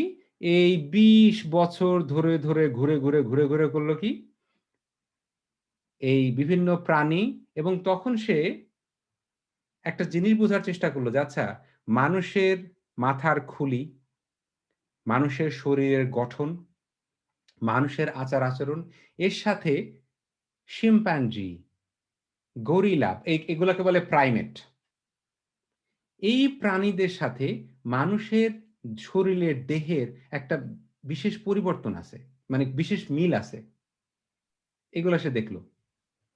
তখন সে বলল যে ও আচ্ছা, তাহলে মানুষের যে অবস্থানটা, এটা কিন্তু বিজ্ঞান। তুমি কিন্তু আবার মানে এখন যদি তুমি খ্রিস্টান হও সেটা তোমার ব্যাপার, কিন্তু তুমি কি বিশ্বাস করো কি না করো সেটা দিয়ে তো বিজ্ঞান কেয়ার করবে না।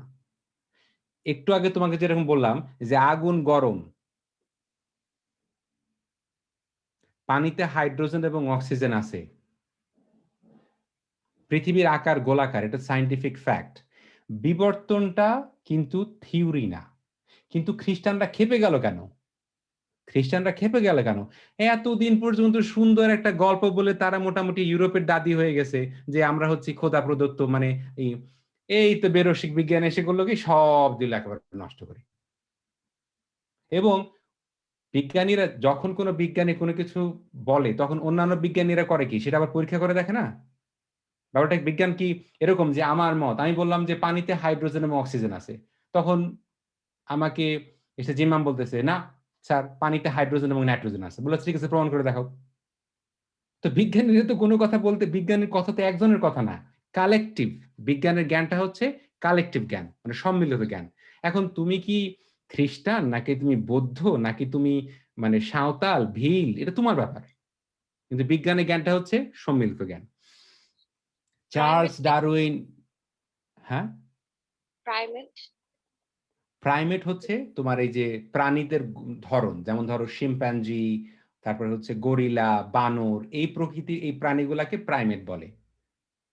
যারা মানে দুই পায়ের উপরে ভর করে মানুষের মতো হাঁটে, এগুলাকে প্রাইমেট বলে। এখন বুঝতে পারছো? আচ্ছা, তো এইটার পরে এখন তো রানী ভিক্টোরিয়া পড়ে গেল বিপদে। ওই যে গ্যালোপোগাস, গ্যালোপোগাস গ্যালোপোগাস আইল্যান্ডে সে এই জিনিসগুলা দেখে, এবং সারা পৃথিবীর বিজ্ঞানীগুলা তারা এটাকে মানে করতে আরম্ভ করলো, মানে প্রমাণ করতে আরম্ভ করলো, সাপোর্ট করতে আরম্ভ করলো যে মানুষ হচ্ছে বিবর্তিত একটা প্রাণী। তাহলে তো এখন খ্রিস্টান ধর্ম পড়ে গেল বিপদে, পড়ে গেল না? এখন তো আর দাবি করতে পারতেছে না যে আমি তো মানে আমাদের ঈশ্বর আমারে সিলেক্ট করে দিচ্ছে যে আমি এখন রাজা। তাহলে কি বোগাস ফাঁস হয়ে গেল না? বোগাস তো ফাঁস হয়ে গেল। বোগাস ফাঁস করলো কে? Charles Darwin. কত সালে? 1859 সালে। বেশি দিন আগে না, বেশি দিন আগে না কিন্তু 1859, মাত্র তোমার 100-150 বছর আগে। এই যে এতদিন ধরে তারা যে শাসন করে আসতেছিল, এখন এই কথাটা যখন আমরা শুনি তখন আমরা যাই ক্ষেপে যে কি এত বড় সাহস, মানে আমরা প্রাইমেট থেকে আসছি। এখন দেখো এই ভদ্রলোকের নাম দেখছো, এই ভদ্রলোকের চেহারা দেখছো? ওনার নাম হচ্ছে রিচার্ড ডকিন্স। ডারউইনের কথা মনে থাকবে না? ডারউইন আবার ডকিন্স, মিল দেখতেছো? মিল। এই ভদ্রলোক আবার কি কেমব্রিজ বিশ্ববিদ্যালয়ের মানে থেকে ট্রেন করা ইভলিউশনারি বায়োলজিস্ট, মানে বায়োলজিতে প্রাণীগুলা কিভাবে বিবর্তিত হয়েছে। এখন এই এই লোকটা বলতেছে যে I don't give a dam about anybody's opinion. তোমার ওপিনিয়ন কি? এখন মানে ব্যাপারটা হচ্ছে যে তুমি খ্রিস্টান হও, তুমি বৌদ্ধ হও, আর তুমি মানে কি বলে সাঁওতাল হও, ভিল হও, এটা তোমার ওপিনিয়ন। কিন্তু সায়েন্স কি কেয়ার করে? সায়েন্স কেয়ার করে ফ্যাক্ট। তো এই ভদ্রলোক বলতেছে তুমি যদি ডারউইনের বিবর্তনের যে থিওরি, সরি যে সায়েন্টিফিক যে ব্যাপারটা যে পৃথিবী গোল, পৃথিবী ফ্ল্যাট না, পৃথিবী মানে সমতল না, পৃথিবী গোল, তো এইটা তো সায়েন্টিফিক ফ্যাক্ট। তো এখন এই ভদ্রলোক এই রিচার্ড ডকিন্স সে বলতেছে এই পর্যন্ত পৃথিবীতে কোটি কোটি মানুষকে হত্যা করা হয়েছে। কেন? এই তোর ধর্ম খাঁটি না আমার ধর্ম খাঁটি, এই জন্য মারামারি করা নেই মানুষ করছে তো। পৃথিবীতে যে খ্রিস্টানরা যে কোটি কোটি মানুষ মারছে, কোটি কিন্তু লাখ না, কোটি মানুষ মারছে কেন? এই তোরা মানে খ্রিস্টান ধর্মে বিশ্বাস করিস না তোরা এখন? তো এই বিজ্ঞানীটা বলতেছে যে এই যে আজগুবি বানানো কথা যে আমি আমারে ঈশ্বর বলে দিছে, গড বলে দিছে, আমি মানে কি বলে মনোনীত রাজা, এর কারণে তো লক্ষ লক্ষ কোটি কোটি মানুষের মৃত্যু হচ্ছে, মানুষকে অপমান করা হচ্ছে, মানুষকে হেয় করা হচ্ছে, জীবন ধ্বংস করা হচ্ছে। এই জন্য এই বায়োলজিস্ট সে এই ইভলিউশনারি থিওরিটাকে সারা বিশ্বে স্কুল কলেজে পড়ায়। এখন তুমি আমারে বলবা যে এটা কি কথা বললেন স্যার, আমরা মুসলমান মানুষ, আমরা মানে আমাদের তো তাহলে তো আপনি বিপদে ফেলে দিলেন, তাই না? আচ্ছা, এখন দেখো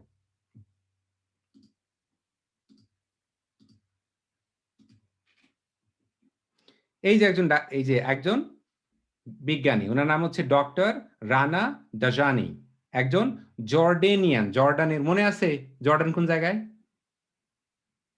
জর্ডানের একজন প্রাণী বিজ্ঞানী, এবং উনি হার্ভার্ড বিশ্ববিদ্যালয়েও পড়ান।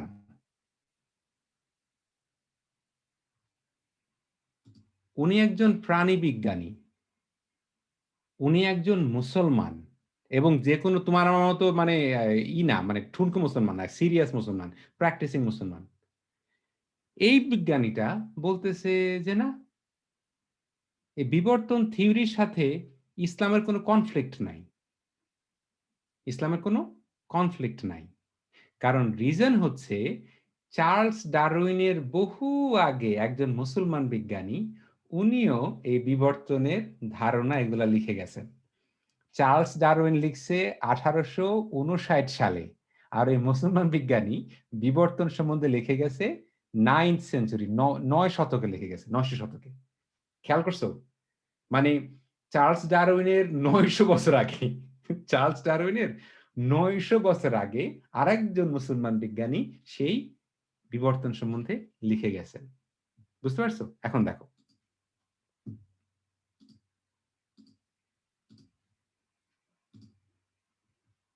এই যে বাম পাশের যে লোকটাকে দেখতে পারতেছো, ওনার নাম হচ্ছে আল জাহিজ।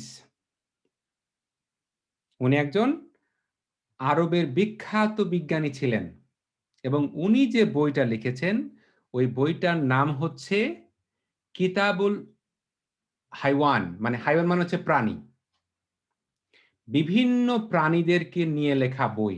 এবং এটা উনি কবে করেছেন? চার্লস ডারউইনের প্রায় 900 বছর আগে।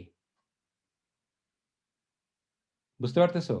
আচ্ছা, নামটা কি ছিল? আমরা কিতাবুল আল হাইওয়ান, হাইওয়ান মানে হচ্ছে প্রাণী, আর কিতাব মানে বই। ঠিক আছে? তো এখন ইউরোপিয়ানরা আবার ওরা কিন্তু মস্ত বড় চোর। তোমাদেরকে বলছি না 1492 ভুলতে পারবা না, আর একটা সাল ভুলতে পারবা না। সেই সাল কবে ছিল? যদি জানো থামস আপ দাও। ওকে, রাতিব বল কোন সাল? 632। হ্যাঁ, 632, এক্স্যাক্টলি। 632-এ কি হয়েছিল? হজরত বঙ্গবন্ধু মোহাম্মদ হ্যাঁ বল, 632-এ কি হয়েছিল? বঙ্গবন্ধু বলছিল যে রক্ত যখন দিয়েছে রক্ত আবার দিব, এটা বলছিল 632-এ? না, কি বলছে মানে 632-এ কি হয়েছিল বল?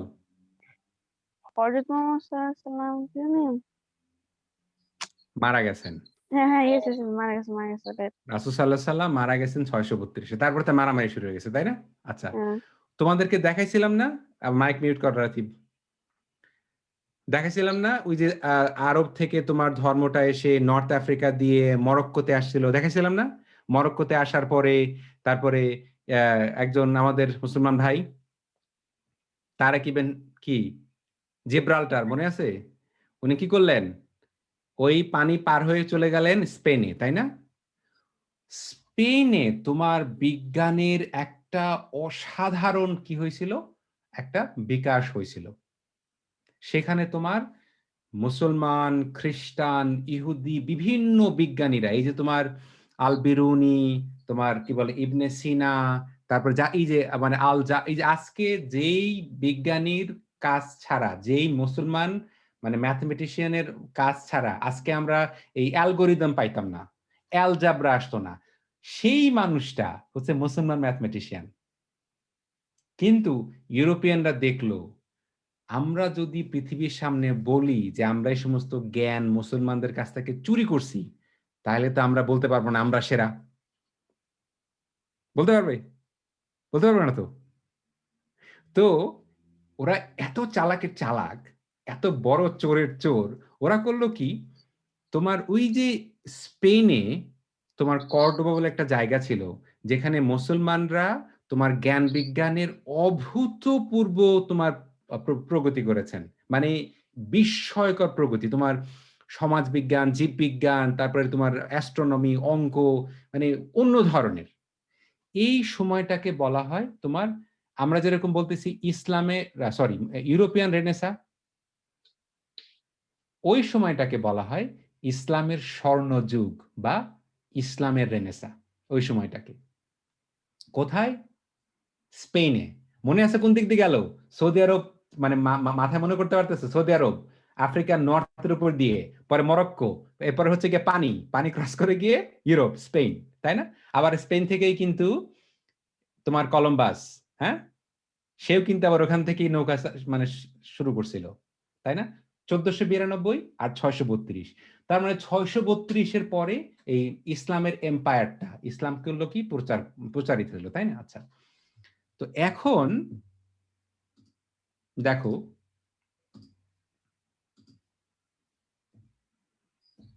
এই সময়টা দেখো, বিসি মানে কি? বিফোর ক্রাইস্ট, মানে যীশু খ্রিস্ট জন্মের আগে। এই যে 600 থেকে 1300 সাল, যে সময়টাকে ইসলামের স্বর্ণ যুগ বলে আমরা জানি, সেটাকে ইউরোপিয়ানরা কি বলতেছে? Dark age. মানে কত বড় চোর, চিন্তা করছো? মানে এই 600 থেকে 1300, অর্থাৎ তোমার যেই সময়টাতে মুসলমানরা জ্ঞান বিজ্ঞানের এত উন্নতি করছে,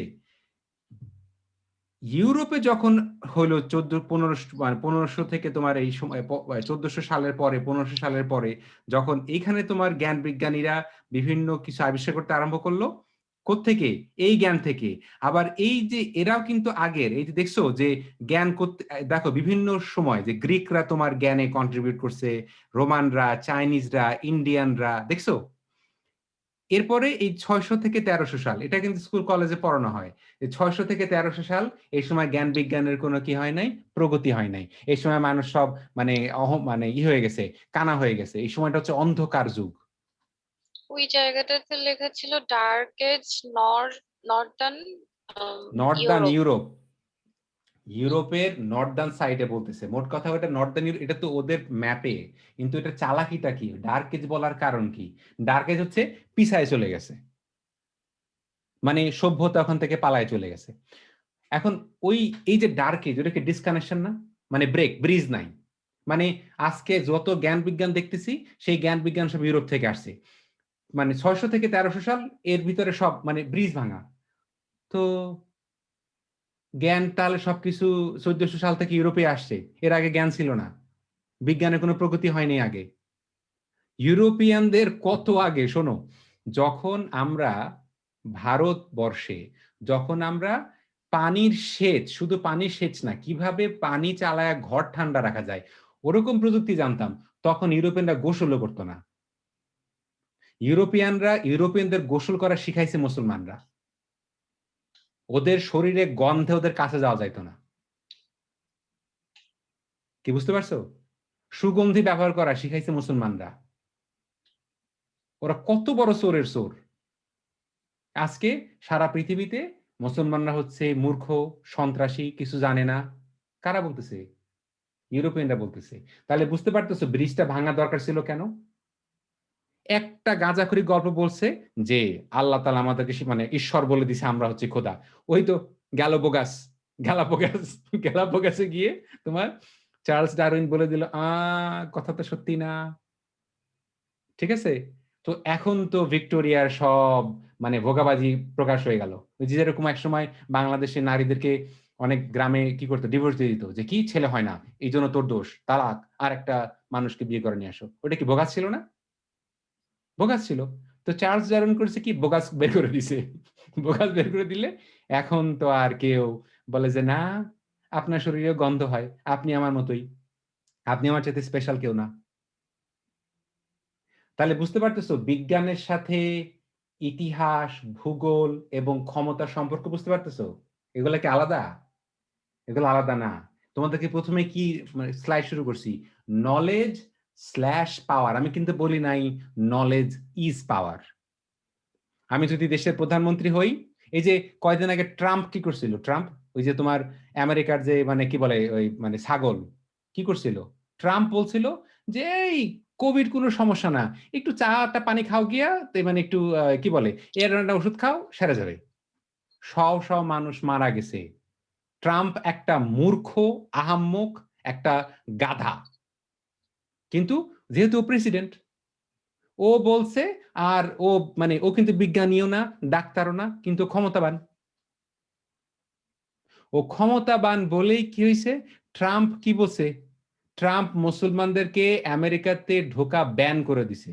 ট্রাম্প, এই যে বর্তমান যে আমেরিকান প্রেসিডেন্ট, তার আগের প্রেসিডেন্ট, কয়দিন আগে, 1 বছরও হয় নাই, 1 বছরও হয় নাই কিন্তু। বুঝতে পারছো? 2021 সালে সে ক্ষমতা ত্যাগ করছে, মানে ক্ষমতা তার সরানো হয়েছে। ওই বেটা বলছে মুসলমানদের আমেরিকা ঢুকতে দিবে না, কেন? তারা সন্ত্রাসী। কি বুঝতে পারতেছো যে নলেজ কার কাছ থেকে আসে? যখন প্রধানমন্ত্রী কথা বলে, শোনো ওই গল্পটা শুনছো, যার মানে দ্য কিং ইজ নেকেড, যে রাজা মশাই ল্যাংটা, এই গল্পটা শুনছো? না স্যার, আমি শুনিনি। এক রাজা সে কাপড় পরে নাই, ল্যাংটা, সে রাস্তা দিয়ে হেঁটে বেড়াচ্ছে। এখন রাজা যে ল্যাংটা, এটা কিন্তু কারো বলার সাহস হচ্ছে না, সবাই খালি বলতেছে হুজুর আপনি নিশ্চয়ই এমন কাপড় পরছেন এত সূক্ষ্ম মিহি যে আমরা খালি চোখে দেখতে পারতেছি না। কেন? কারণ রাজার সাথে যদি তেল মারি, যাদের ক্ষমতা আছে, দেখো না আমরা আমরা কি করি সমাজে, ধরো সিনথিয়া হইতেছে পুলিশের কোন এসপি, হলে কথা বললে সিনথিয়া আপনার সাথে একটা ছবি নি, আপনি আমার খালা, আপনি আমার ভাই, কারণ সিনথিয়ার ক্ষমতা আছে তাই। তো একটা বাচ্চা সে বলতেছে এই রাজা তো ল্যাংটা, কারণ বাচ্চাটা তো বোঝে না, বাচ্চাটা তো এখনো বোঝে না যে রাজার সামনে সত্যি কথা বলা লাগে না। কি বুঝতে পারছো? তো রাজা যখন সত্যি কথা বলে, মানে মিথ্যা কথা বলে, সেটাও জ্ঞান হয়ে যায়। কি বুঝতে পারছো? তাহলে বুঝতে পারছো নলেজ স্ল্যাশ পাওয়ার। কোনো কিছু নলেজ হইতে গেলে কার কাছে আসতে হয়? পাওয়ারফুল মানুষের কাছে আসতে হয়, আদারওয়াইজ সেটা নলেজ হয় না। বুঝতে পারছো?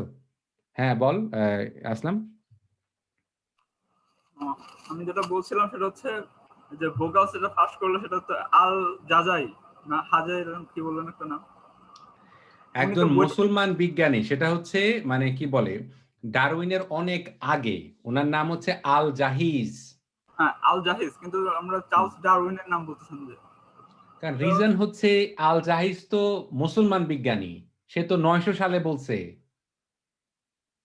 তুই বুঝছিস, ইউরোপিয়ানরা মুসলমানদের আরবি লেখা জ্ঞান বিজ্ঞানের বই নিয়ে তর্জমা করছে, ট্রান্সলেট করছে, বলেও নাই। মনে কর যে কোনো কিছু আবিষ্কার করছিস তুই, আমি বললাম যে এটা আমার আবিষ্কার। তাহলে জ্ঞান যে চুরি করা যায় এটা বুঝছিস? হ্যাঁ ওদের মতো বড় চোর খুঁজে পাবি না তুই। ওরা ভীষণ বড় পাকা, কিন্তু ওরা চোরটা হচ্ছে পাকা চোর। ওরা চোর কিন্তু অনেক পাকা চোর, সূক্ষ্ম চোর ওরা। ঠিক আছে? তাহলে 600 থেকে 1300 সাল, যখন ইসলামের স্বর্ণযুগ, কোন জায়গায়? কর্ডোবাতে, স্পেনে। ওই সময় বলছে এই সময় কোনো জ্ঞান বিজ্ঞান হয় নাই। কারণ যদি তুই বলিস জ্ঞান বিজ্ঞান আছে, তাহলে তো তোর স্বীকার করতে হবে যে মুসলমানরা জ্ঞান বিজ্ঞানে অনেক আগায় আছে। এখন এই যে মুসলমানদের জ্ঞান বিজ্ঞান, এই জিনিসটা আমিও জানতাম না যদি আমি এতদিন পর্যন্ত বিশ্ববিদ্যালয়ে গবেষণা না করতাম, নিজে পড়াশোনা না করতাম। আমি আমার একটা মানে এই কি বলে ডক্টর ম্যাকেলরিথ নামে একজন মানে কি বলে পিএইচডি একজন ডক্টরের সাথে আমার কথা আছে, 3 ঘন্টার কথা আছে, যে মুসলমানদের জ্ঞানটাকে কিভাবে ইউরোপিয়ানরা অস্বীকার করছে। ইংরেজিতে কথা আছে, শোনো দেখিস।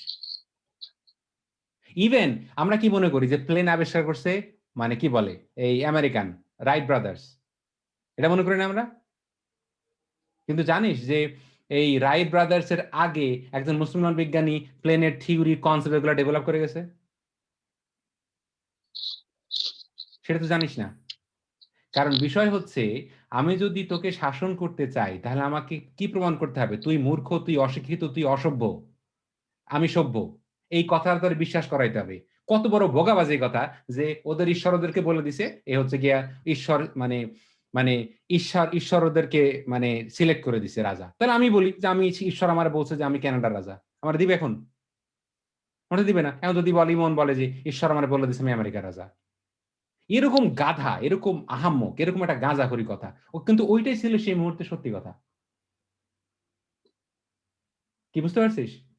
যেমন হিটলার বলছে যে ইহুদিরা খারাপ। এইজন্য তোর মানে ৬০ লক্ষ ইহুদি মারি ফেলাইছে। কথাটা বলছে কে? হিটলার।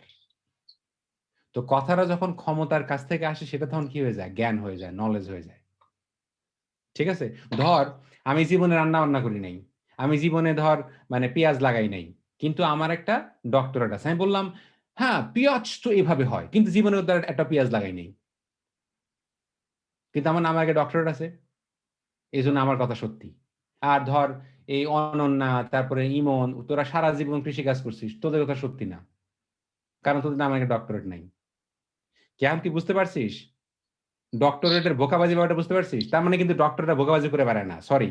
আমি কিন্তু বোঝানোর চেষ্টা করতেছি তোরে যে মানে ডক্টরেট গবেষণা অনেক কঠিন কাজ। অনেক কঠিন কাজ। ওকে। এখন ওই যে হুম, এই এরোপ্লেন বানানোর যে কথাটা বললেন, উড়োজাহাজ হুম, বানানোর হুম। কোন মুসলিম বিজ্ঞানী করেছিলেন আমার এই এটা? মুহূর্তে মনে নাই Sure. যাবা। আমি জেনে তোমাকে জানাবো। আমি আমি এটা পড়াবো। আমি ইভেনচুয়ালি পড়াবো। কিন্তু এই জিনিসটা মনে রাখো যে ইউরোপিয়ানরা আমাদের জ্ঞানটাকে চুরি করছে কিন্তু আমাদেরকে মানে ওরা বলছে ওই সময়টা অন্ধকার ছিল।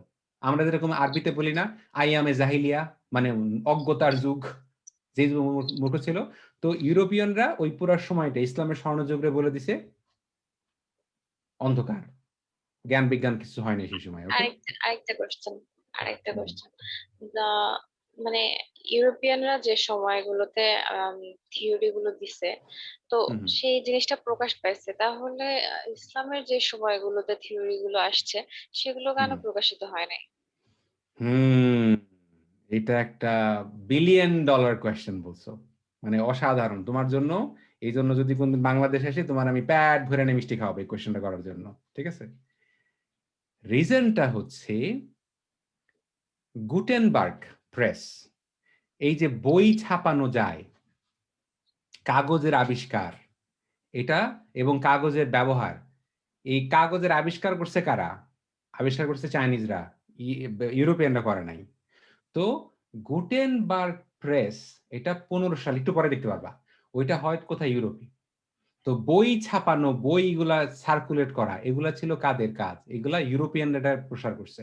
তুমি দেখো যে আজকে আমি যে এখানে তোমার কানাডা একটা বিশ্ববিদ্যালয়ে গবেষণা করি, পৃথিবীর যত গবেষণাপত্র আছে তার মেজরিটি আমি যে এলাকায় আমি যে বিষয় নিয়ে গবেষণা করি যে ডিজিটাল জায়গায় মানুষ কিভাবে ভ্রান্ত হচ্ছে এটা হচ্ছে আমার ডক্টরেট গবেষণার বিষয়। সেই গবেষণায় তোমার ৯৮% গবেষণার পেপার হচ্ছে ইংরেজিতে। তার মানে কি বাকি দুনিয়ার মানে লোকজন এটা বুঝে না। তাদের জ্ঞান বিজ্ঞান নাই। তাদেরই নাই। তো বুঝতে পারছো যে বিষয়টা কিরকম? তো জ্ঞানের প্রকাশ এর সাথে কি মানে ক্ষমতা ছাড়া কি জ্ঞানের সম্পর্ক আছে? জ্ঞান কি? মানে যেটা নলেজ, নলেজের সাথে পাওয়ারটা বুঝতে পারতেছো? এজন্য এখন থেকে কি বলবা? নলেজ স্ল্যাশ পাওয়ার। বলবা না নলেজ ইজ পাওয়ার। নলেজ যখন পাওয়ারের কাছ থেকে কথা যখন পাওয়ারের কাছ থেকে আসে, জেবা তো রাজা। জেবা যেটা বলবে সেটাই সত্যি কথা। আমি রাজার কথা কেন বলতেছি? মনে রাখার জন্য। এখন বুঝতে পারছো? ওকে।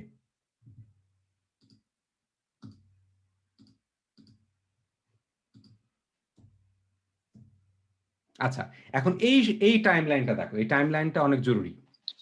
দেখো। এই দেখতে পারতেছো মিডল ডার্ক এজ ৬০০ থেকে ১৩-১৪০০ সাল পর্যন্ত কালো লাইনটা।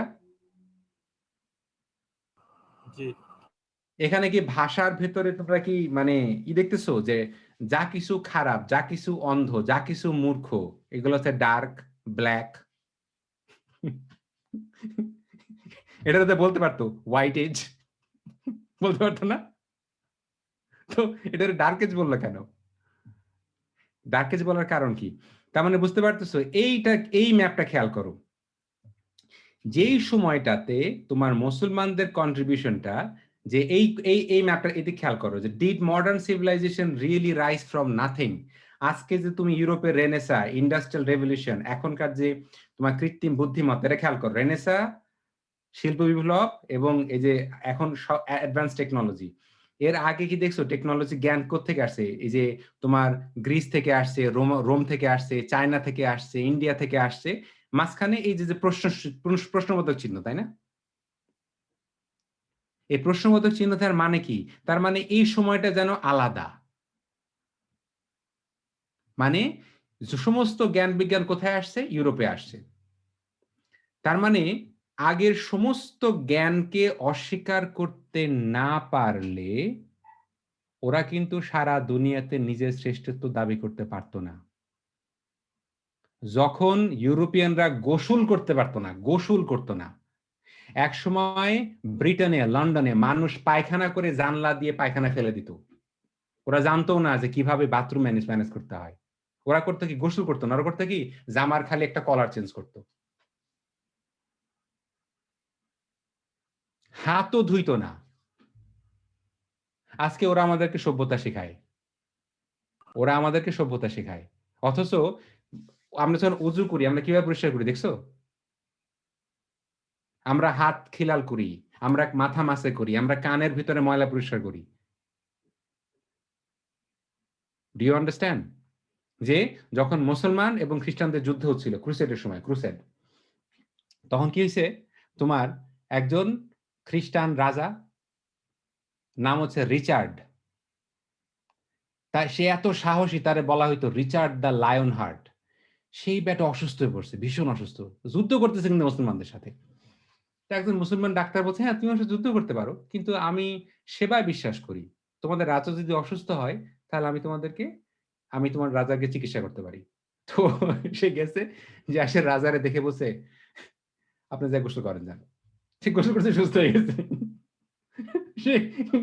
এটা কিন্তু সত্যি ঘটনা, এটা কিন্তু বানানো গল্প না। আমি তোমাদেরকে ইতিহাসটা পড়াবো। যে তখন রিচার্ড চিন্তা করতেছে, ওরে বাপ রে, আমি তো কিছুই জানি না। তুমি যদি গোসল না করো সুস্থ থাকতে পারবা? তো এইটা হচ্ছে গিয়া ওই রেনেসার অবস্থা। ওকে, এখন দেখো, এই যে কথাটা একটু আগে জেবা বললো, যে ইউরোপিয়ান রেনেসার সবচাইতে গুরুত্বপূর্ণ আবিষ্কারগুলা কোনটা? 1492, দেখছো? 1429 সালে ব্যাংকিং সিস্টেম চালু হইলো। ইসলামে যে সুদ ভিত্তিক ব্যাংকিং ব্যবস্থা হারাম, হারাম না? এই যে মেডিচি, এই যে ব্যাটারা করলো কি, এই ব্যাংকিং সিস্টেম আরম্ভ করলো 1492 এর আগে না, 1429 সালে। তুমি এই যে একটু বললা যে কিভাবে এই যে খ্রিস্টান ধর্ম প্রচার করার জন্য, আগে তো তোমার খ্রিস্টান ধর্মের বইগুলা লেখার জন্য কি করতে হইতো? তোমার হাত দিয়ে লিখতে হইতো, হাত দিয়ে লিখতে হতো না? এখন চলে আসছে ছাপাখানা 1454 সালে, ব্যাস চলে যাও অন্যদের, অসভ্য মানুষদেরকে সভ্য করার জন্য আবার হাতে একটা বাইবেল নিয়ে যাও। এখন বুঝতে পারছো যে কিভাবে ইউরোপিয়ানরা কাজটা করছে? 1454 সালে ওরা বাইর করছে কিভাবে বই ছাপাইতে হয়। ওকে, আর একটা কোশ্চেন ছিল বলো। যে আমরা মুসলমানরা যে সেই সময় থিওরি গুলো প্রদান করছি, তারা তো কোনো না কোনো ভাবে নিজেদের আগে রিসার্চ করছে। তারা কি পেপার ছাড়াই রিসার্চ করছে? না, রিসার্চ গুলো পেপার কি ছিল, ভিত্তিক ছিল? লেখা তো, লেখা কিন্তু অনেক পুরানো, প্রায় 5000-6000 বছর পুরানো লেখা।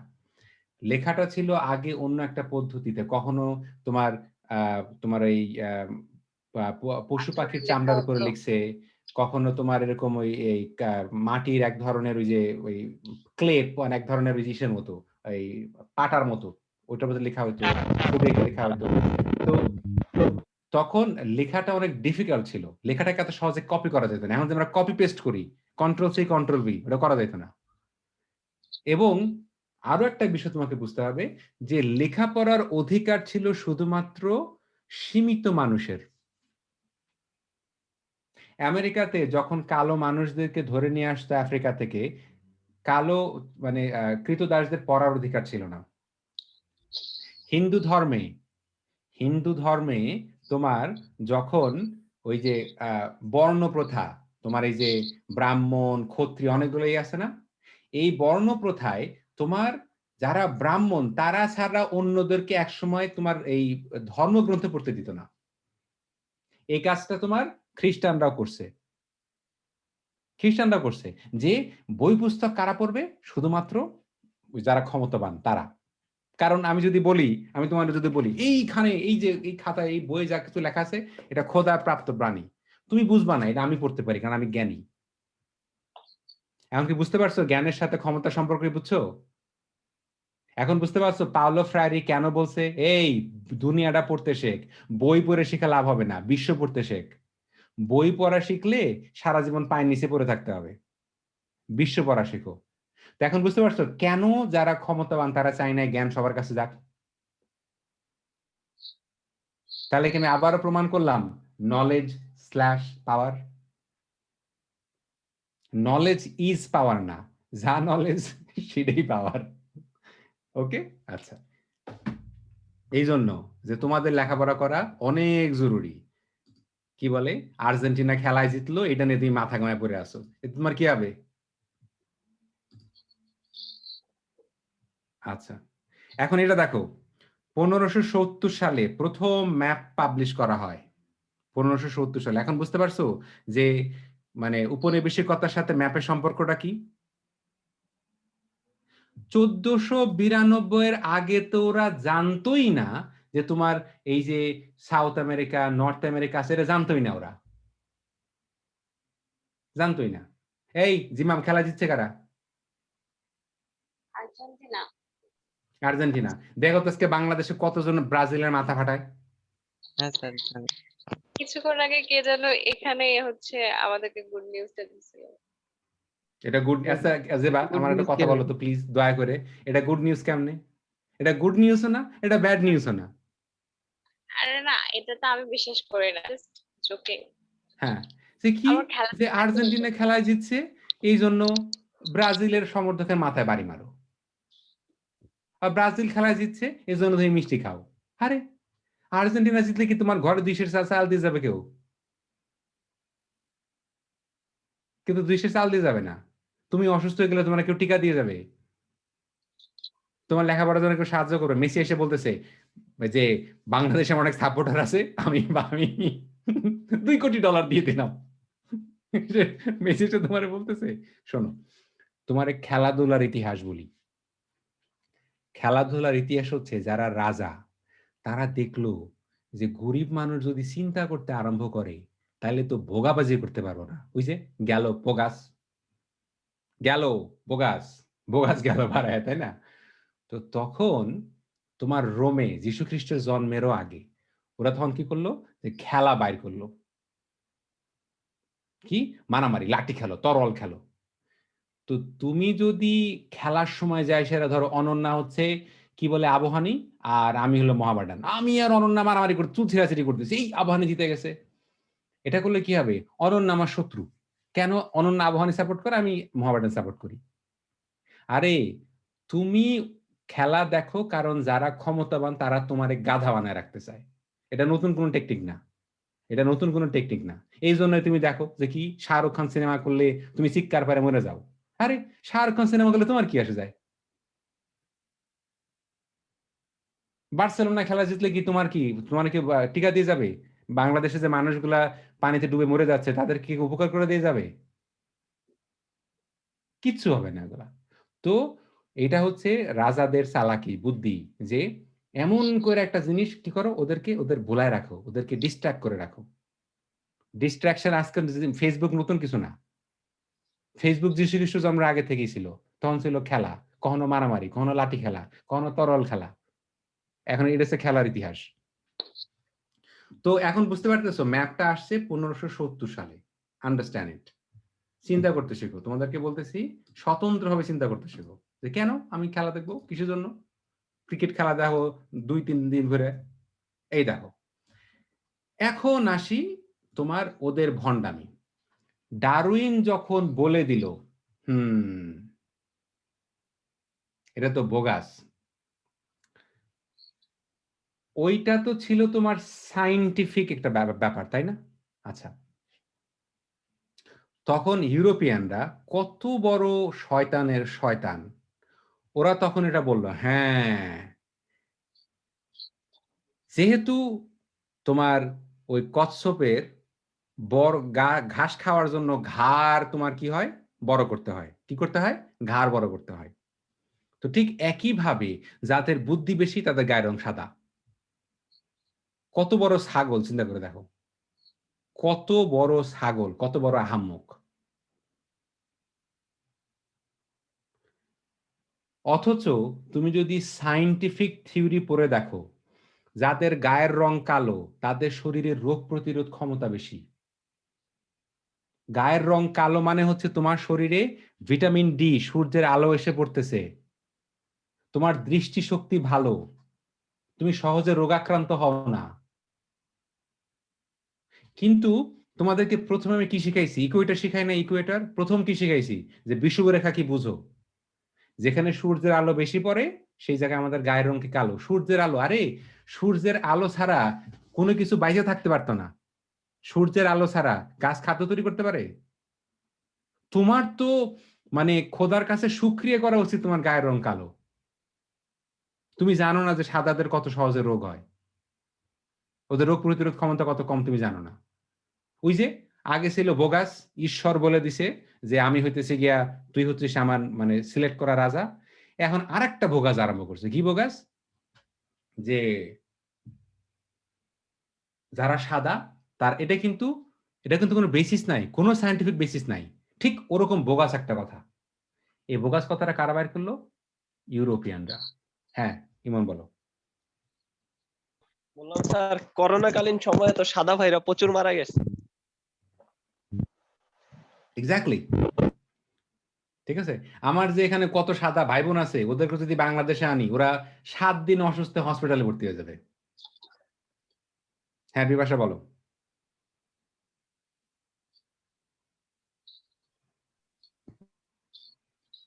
স্যার কালো মানুষের গায়ে আরো মানে শক্তি বেশি হয়। কালো মানুষের মানে গায়ের রং আমাদের কালো হয় কারণ আমাদের শরীরে একটা উপাদান, ওটার নাম হচ্ছে মেলানিন। যার শরীরে যত বেশি মেলানিন তার গায়ের রংটা ততটা হচ্ছে কালো। মেলানিন তোমার শরীরের বিভিন্ন উপকার করে, যেমন দৃষ্টিশক্তি, এবং এটা আমি পড়াবো, আমি তোমাদেরকে এটাও পড়াবো যে মেলানিন তোমার কত উপকার করে, সেটা তোমার পড়াবো। ঠিক আছে? তো তোমার গায়ের রং কালো মানে তোমার মানে রোগ প্রতিরোধ ক্ষমতা ভালো, তোমার দৃষ্টিশক্তি ভালো, তোমার শরীরে অ্যাডভান্টেজ বেশি। আর সূর্যের আলো যখন শরীরে পড়ে না, শোনো, আমি যে দেশে থাকি সেই দেশে যখন ওই তুষার পড়ে, যখন তোমার বরফ পড়ে, তখন সূর্য ওঠে না। তুমি জানো যে আমরা সূর্য না দেখলে আমাদের মন খারাপ থাকে।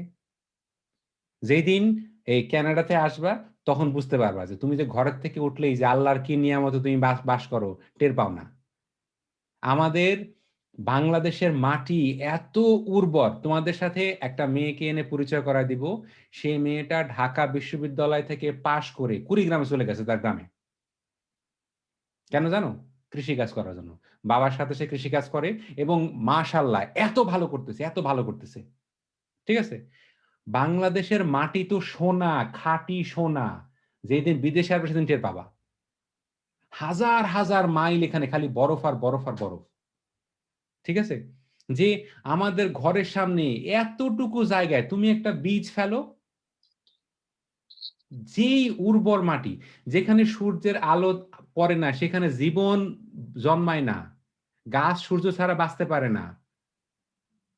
তোমার খাদ্য উৎপাদন, তুমি বুঝতে পারছো? তুমি যদি সালোক সংশ্লেষণ বোঝো, সালোক সংশ্লেষণ, গাছ খাদ্য তৈরি করতে পারে না সূর্যের আলো ছাড়া। সূর্যের আলো হচ্ছে সমস্ত শক্তির আধার। সেই সূর্যের আলো যখন আমাদের শরীরে পড়ে না, তখন আমাদের শরীরে রোগ প্রতিরোধ ক্ষমতা থাকে না, আমাদের দুর্বলতা দেখা যায়। আগে একটা ভোগাবাজি কথা বাইর করছিল যে মানে ঈশ্বর ওদেরকে সিলেক্ট করে দিছে। আরেকটা ভোগাবাজি কথা বাইর করলো যে যাদের গায়ের রং কালো তারা হচ্ছে গিয়ে যাদের গায়ের রং সাদা তারা হচ্ছে গিয়ে তোমার ওদের আইকিউ ভালো। ওরা হচ্ছে গিয়ে বুদ্ধিমান বেশি। এখন আমি যদি জেবারে কি করি, মানে আমি জেবার বুদ্ধি টেস্ট করতেছি। জেবা কত বুদ্ধিমান, এটা টেস্ট কি? জেবা কত ভালো ইংরেজি বলতে পারে। আচ্ছা, সাদা মানুষদের যদি বুদ্ধি টেস্ট করে দিই তুমি কত ভালো বাংলা বলতে পারো, কি অবস্থা হবে? চিন্তা করে দেখছো কখনো? অথচ তোমার কথায় কথায় কথায় কথায় তোমার ছোট করা হয়, তোমাকে অপমান করা হয়, তোমাকে পায়ের নিচে ফেলা হয়। কেন? তুমি ইংরেজি পারো না। আরে ইংরেজি পারা কি বুদ্ধির মাপ, জ্ঞানের মাপ? তাহলে ওদের ভাওতাবাজিটা কি বুঝতে পারতেছো, ভোগাবাজিটা কি বুঝতে পারতেছো? ওকে, আচ্ছা। ওরা তখন করলো কি, ওই যে তোমার বিবর্তনের থিওরিটাকে ওরা করলো কি, এটা বললো যে সোশ্যাল থিওরি, সোশ্যাল ডারউইনিজম। বিবর্তন, বিবর্তন কি, যে এখন সাদা মানুষের দায়িত্ব হচ্ছে সমস্ত কালা মানুষদেরকে মেরে ফেলো, কারণ কালা মানুষের বুদ্ধি কম, কালা মানুষের মাথায় জ্ঞান নাই। এইটা কি করলো দেখো, এটা দেখো কি করলো, তোমাকে দেখাই।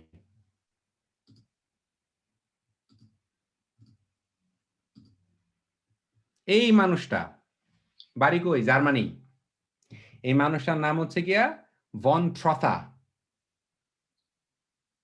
এই ট্রথা এত নিষ্ঠুর, এত নিষ্ঠুর যে এই ট্রথা তোমার নামিবিয়া, নামিবিয়া হচ্ছে আফ্রিকার নিচের দিকে, তোমার সাউথ আফ্রিকার কাছের দেশ না নামিবিয়া, সেই নামিবিয়ার প্রায় মানে কি বলে 88% মানুষ মেরে ফেলছে। কেন? বলছে যে ওদের বাইচে থাকা লাভ নাই, ওরা হচ্ছে বুদ্ধিতে কম।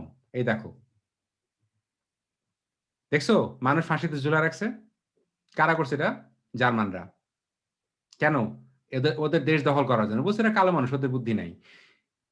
এই দেখো, শিশু এবং মহিলাদেরকে, বাচ্চাদেরকে কি করছে, মরুভূমির ভেতরে মানে পাঠায় দিছে, কোনো খাবার নাই, পানি নাই। দেখো ওদের শরীরের কি অবস্থা দেখো। তাহলে বর্বর কারা? বর্বর কারা? এই যে বেটা, কত সালে? 1904 সালে। দেখো, দেখছো যে নামিবিয়া পৃথিবীর প্রথম যে জেনোসাইড হয়েছে, সেই জেনোসাইডটা 1904 থেকে 1908 সালের মধ্যে, এই বেটা। এবং আজ পর্যন্ত তুমি জার্মানিতে যাবা, দেখবে এই বেটার মূর্তি, এই বেটার নামে বিল্ডিং। চিন্তা করছো? আমরা তো খালি হিটলারের কথা জানি। ওকে, আচ্ছা, দেখো, এই দেখো সোশ্যাল ডারউইনিজম। কালো মানুষের চেহারার সাথে গরিলা, শিম্পাঞ্জির চেহারার মিল মিল করে ছবি আঁকছে, দেখতে পারতেছো? এই ছবিটা দেখতে পারতেছো? ওরা যেটা বলতে আরম্ভ করলো যে কালো মানুষের গায়ের রং কালো, গরিলার গায়ের রঙও কালো। কাজেই এই মানুষগুলা বিবর্তন হয় নাই। আর ডারউইন কি দেখাইছে? ডারউইন দেখাইছে যেমন প্রকৃতিতে বাঘ এবং সিংহ, বাঘ করে কি, সিংহ খায় না? সাপ ব্যাঙ খায়, তাই না? তার মানে হচ্ছে প্রকৃতিতে যার শক্তি বেশি সে অন্য প্রাণীরে খায়, তাই না? আচ্ছা, এখন আমার কথা বলো, বাঘের যখন পেট ভরা থাকে তখন কি বাঘ হরিণ শিকার করে? সাপের যখন পেট ভরা থাকে তখন সাপ ক্যারাটা ব্যাঙ খায়? ব্যাঙ খায় না। আচ্ছা, মানুষের পেটের ক্ষুধা কতটুকু আর মানুষের মনের ক্ষুধা কতটুকু? ওরা কি নামিবিয়াতে যায় সেরে যে মানুষদেরকে এরকম করে মানে মেরে ফেলছে, এটা কি ওদের পেটের ক্ষুধায় করছে? কেন? দেখছো? তোমার কাছে, তুমি যদি তোমার তোমার গায়ের রং কালো, এটা কি দেখছো যে প্রথমে ডারউইন যখন ভোগাবাজিটা প্রকাশ করে দিল তখন তো ভিক্টোরিয়া বিপদে পড়ে গেল যে আল্লাহ, আমার প্ল্যান গেল চইলা। হ্যাঁ, ভোগা তো প্রকাশ করে দিছে। তারপরে গরিল্লার গায়ের রং কালো এবং কালো মানুষের গায়ের রং কালো, কাজে ওদের বুদ্ধি নাই, কাজে ওদেরকে মেরে ফেলো। এই জিনিসটাকে বলে সোশ্যাল ডারউইনিজম। তারে যেইটা আমরা কি বলি বর্ণবাদ, রঙের উপরে, শরীরে বর্ণের উপরে ভিত্তি করে যে মানুষের সাথে অন্যায় আচরণ করা, এটাকে ইংরেজিতে বলে বর্ণবাদ। আর ভালো বাংলা মানুষ মানে কি জান্নাতে প্রবেশ করবে না? ওরে আল্লাহ রে, দেখেন শোনেন আপা, চিন্তা করে দেখেন যে কালো মানুষ আল্লাহ বানায় নাই, তাই না? এবং আমি কিন্তু এই কথাটা শুনছি আপা, যে মানে একদম এখানকার কালো মুসলমানদেরকে, যে ইভেন যারা মুসলমান তারা পর্যন্ত আপনার এই কালো মুসলমানদেরকে বলে, যদি কালো মানুষ ভালো হইতো তাহলে তো কোনো কালো নবী আল্লাহ পাঠালো না কে? আপনি যখন কোরআন শরীফে মানে যখন আপনি কোন নবীর সৌন্দর্যের বর্ণনা পড়েন, ইউসুফ আলাইহিস সালাম এত সুন্দর সাদা নুরানি ছিল যে একজন তার দিকে তাকা হাত কাটি ফেলাইছে, কিন্তু তার চেহারার থেকে চোখ সরে নাই। আরে কি অদ্ভুত কথা! তাহলে আমি তো কালো মানুষদেরকে প্রতিনিয়ত, আমি তো আমার সন্তানকে নিজেকে ঘৃণা করতে শেখাচ্ছি। তাহলে ভোগাবাজির গল্পটা কি বুঝতে পারছেন আপা, যে কিরকম ভোগাবাজি? তো এই ব্যাটারা তখন করলো কি, আফ্রিকাতে যায় সেরে গণহত্যা করতে আরম্ভ করলো। ডারউইন বলল, মানে ডারউইন প্রথমে ভিক্টোরিয়ার ভোগাবাজি প্রকাশ করে দিল, তখন এরা করলো কি, এগুলা কিন্তু ইতিহাস, এগুলা কিন্তু বিজ্ঞান। তার মানে তুমি দেখতে পারতেছো বিজ্ঞানকে ব্যবহার করে কিভাবে গণহত্যা করা হয়েছে। এখন কি বুঝতে পারতেছো বিজ্ঞানের সাথে ক্ষমতার সম্পর্ক কি? তোমাকে যে আমি প্রথম দিন বলছি, তোমাকে যেটা শেখাবো, স্বতন্ত্রভাবে চিন্তা করতে শেখাবো তোমাকে আমি, বলছি না? তুমি যদি চিন্তা করতে না শেখো, তাহলে তুমি আয়নার সামনে দাঁড়াবা, তোমার গায়ের রং দেখবা, আর তুমি নিজেরে ঘৃণা করবা, নিজেরে ছোট মনে করবা, নিজেরে হীন মনে করবা। আর যে নিজে নিজেরে ঘৃণা করে, তার পক্ষে কি জীবনে উন্নতি করা সম্ভব হয়? এই মাথার ভিতরে বুদ্ধি ঢুকিছে কিটা? কে এখন বুঝতে পারতেছো? So understand it. তাহলে বিজ্ঞানের সাথে চালাকি, মিথ্যা কথাও কিন্তু জড়ায় আছে। ব্যাখ্যা একটা, তোমাদেরকে আমি বারবারই বলি, কোন টেক্সটের অর্থ কিন্তু কনটেক্সট ছাড়া হয় না। একই শব্দ দুই বাক্যে দুই অর্থ, একটা শব্দের অর্থ তার প্রেক্ষাপটে হয়, আমরা প্রেক্ষাপটটা বুঝি না। ওকে, নাও লুক এট দিস। এখন এই যে চালাকিটা, এই চালাকিটা মনে রাখার জন্য, এখন তোমরা ছোটবেলা থেকে শোনো নাই যে ব্রেনে, যে মিয়া মানুষের মাথা ভালো না, সাল মানুষের বুদ্ধি বেশি, শোনো নাই? সাল মানুষের, আমাদের গ্রামে, আমি গ্রামে এটা শুনে বড় হয়েছি, আরে সাল মানুষের ব্রেনটের পাওয়ার, কি পাওয়ার ব্রেনটের, মানে ব্রেনটের চোটে সাল মানুষ বেশি পারে না, এরকম ব্যাপারটা, তাই না? আচ্ছা, বিশেষ করে তোমাদেরকে বলি, এই যে আমি তোমাদেরকে যখন কোনো কথা বলি, কথা বললে তোমাদেরকে আমি রেফারেন্স দিয়ে কথা বলি না, সূত্র দিয়ে বলি না কথাটা, যে কথাটা কে বলছে। বাবারে মারে অনুরোধ করতেছি, সূত্র দিয়ে কথা বলা শেখো, আদারওয়াইজ তুমি সারা জীবন চর খেতেই থাকবা। এই জন্য এখন তোমাদেরকে কিছু নাম মনে রাখার টেকনিক শেখাই দিব, কিছু নাম মনে রাখার। ওকে, এখন দেখো, তোমরা মোহাম্মদ আলী জিন্নার নাম শোনো নাই? পাকিস্তানের যে ছিল জিন্না, শুনছো তো, তাই না? আচ্ছা, তারপরে তোমরা রিপন ভাইয়ের নাম শুনছো? রিপন ভাই,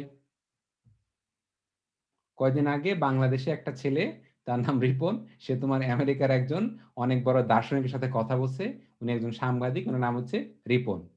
এখন তোমার আমি জিন্না এবং রিপন এই দুটোর ছবি দেখাবো।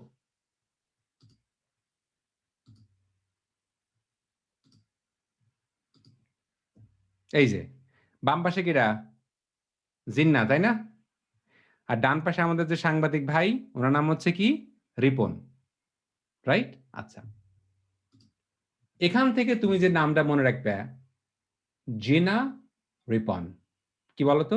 জিনা রিপন মনে রাখার সিস্টেম কি? তোমাদেরকে কি বলে দিছি যে হিপ্পোক্যাম্পাস মনে রাখা খুব ডিফিকাল্ট, কিন্তু ক্যাম্পাসে হাতে হিপ্পোক্যাম্পাস হেঁটে বেড়াচ্ছে, হিপ্পোপটেমাস তখন বলবা না। তো জিন্না এবং রিপন, সেখান থেকে তোমাকে যে নামটা মনে রাখতে হবে,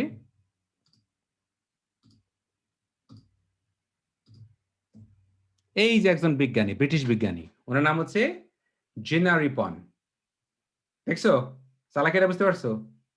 জিনা রিপন, উনি একজন কি ব্রেন বিজ্ঞানী প্রফেসর, এবং কি সে একজন হচ্ছে নিউরোলজিস্ট।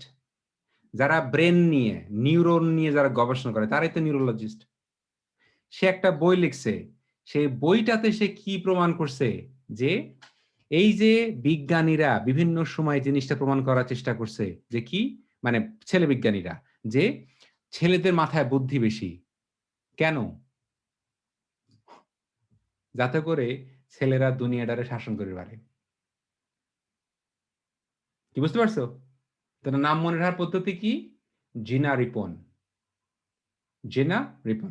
যদি নামটা যার যার মনে আছে থামস আপ দাও, আমি কিন্তু জিজ্ঞেস করবো এখন। গুড, আচ্ছা সবাই পাইছো। আচ্ছা রাইসা বলো তো নামটা কি? স্যার জিনা রিপন। জিনা রিপন, এক্স্যাক্টলি। তোমার যখন যদি এখন থেকে কোনোদিন কোনো ছেলে বলে এই তোর মাথা মানে তোর মাথায় বুদ্ধি নাই, বেটা ফালতু কথা বলিস, বোগাস, গেল বোগাস, বোগাস কথা বলিস, বলবে যে যদি বিশ্বাস, তুই যদি জানতে চাস তাহলে জিনা রিপনের একটা বই আছে যে ব্রেন নিয়ে, যে ব্রেন বিজ্ঞানী, তার বই পড়ে দেখা।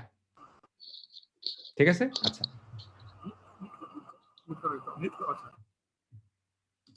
এখন দেখো, এই যে আর একটা নাম মনে হয় বুদ্ধি শিখিয়ে দিই।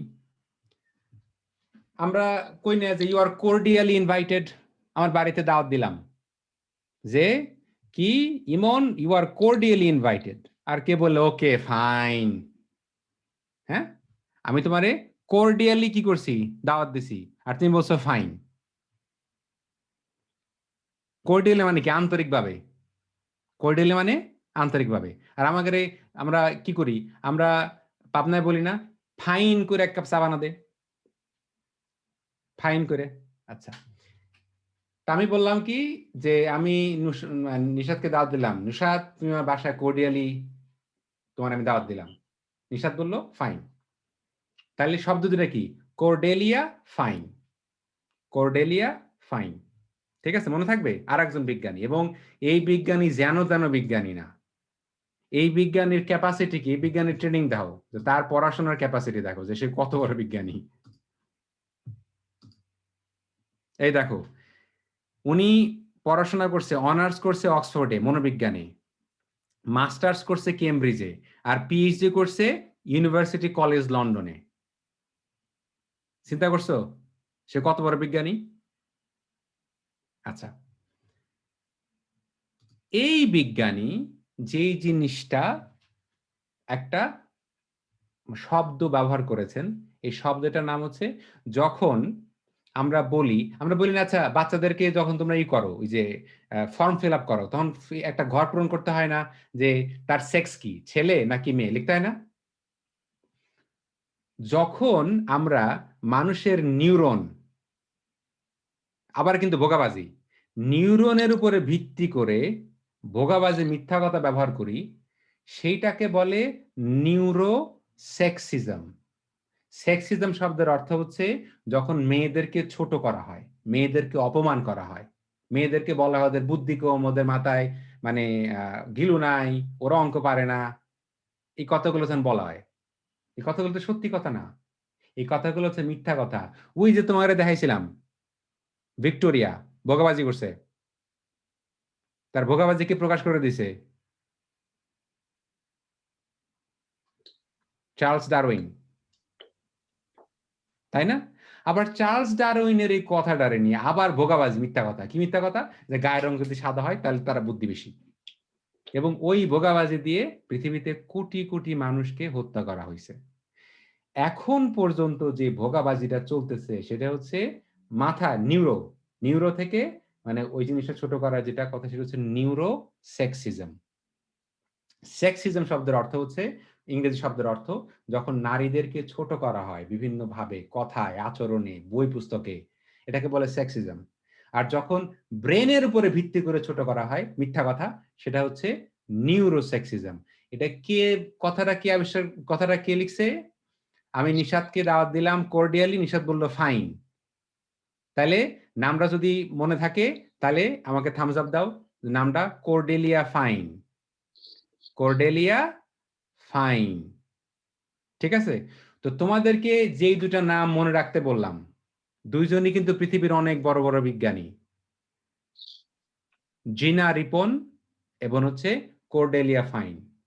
একটা কথা মনে রাখো, তোমাদের মন যদি ছোট হয়ে যায় জীবনে বড় কিছু হতে পারবে না, কিন্তু আশেপাশে সবকিছু সিস্টেম করে কেউ করে তোমার মন ছোট করা যায়, বিভিন্ন জায়গা থেকে এরকম সিস্টেম করা আছে। ওকে, এই জিনিসটা মনে রাখবা। তাহলে দুইজন বিজ্ঞানী নাম জিনা রিপন এবং কর্ডেলিয়া ফাইন, এই দুইজনই ব্রেন বিজ্ঞানী। তারা এই সমস্ত মিথ্যা কথাগুলা ফাঁস করে দিছে। এখন ফাঁস করে দিছে কি, কেমনে ফাঁস করে দিছে এটা তোমার দেখাই।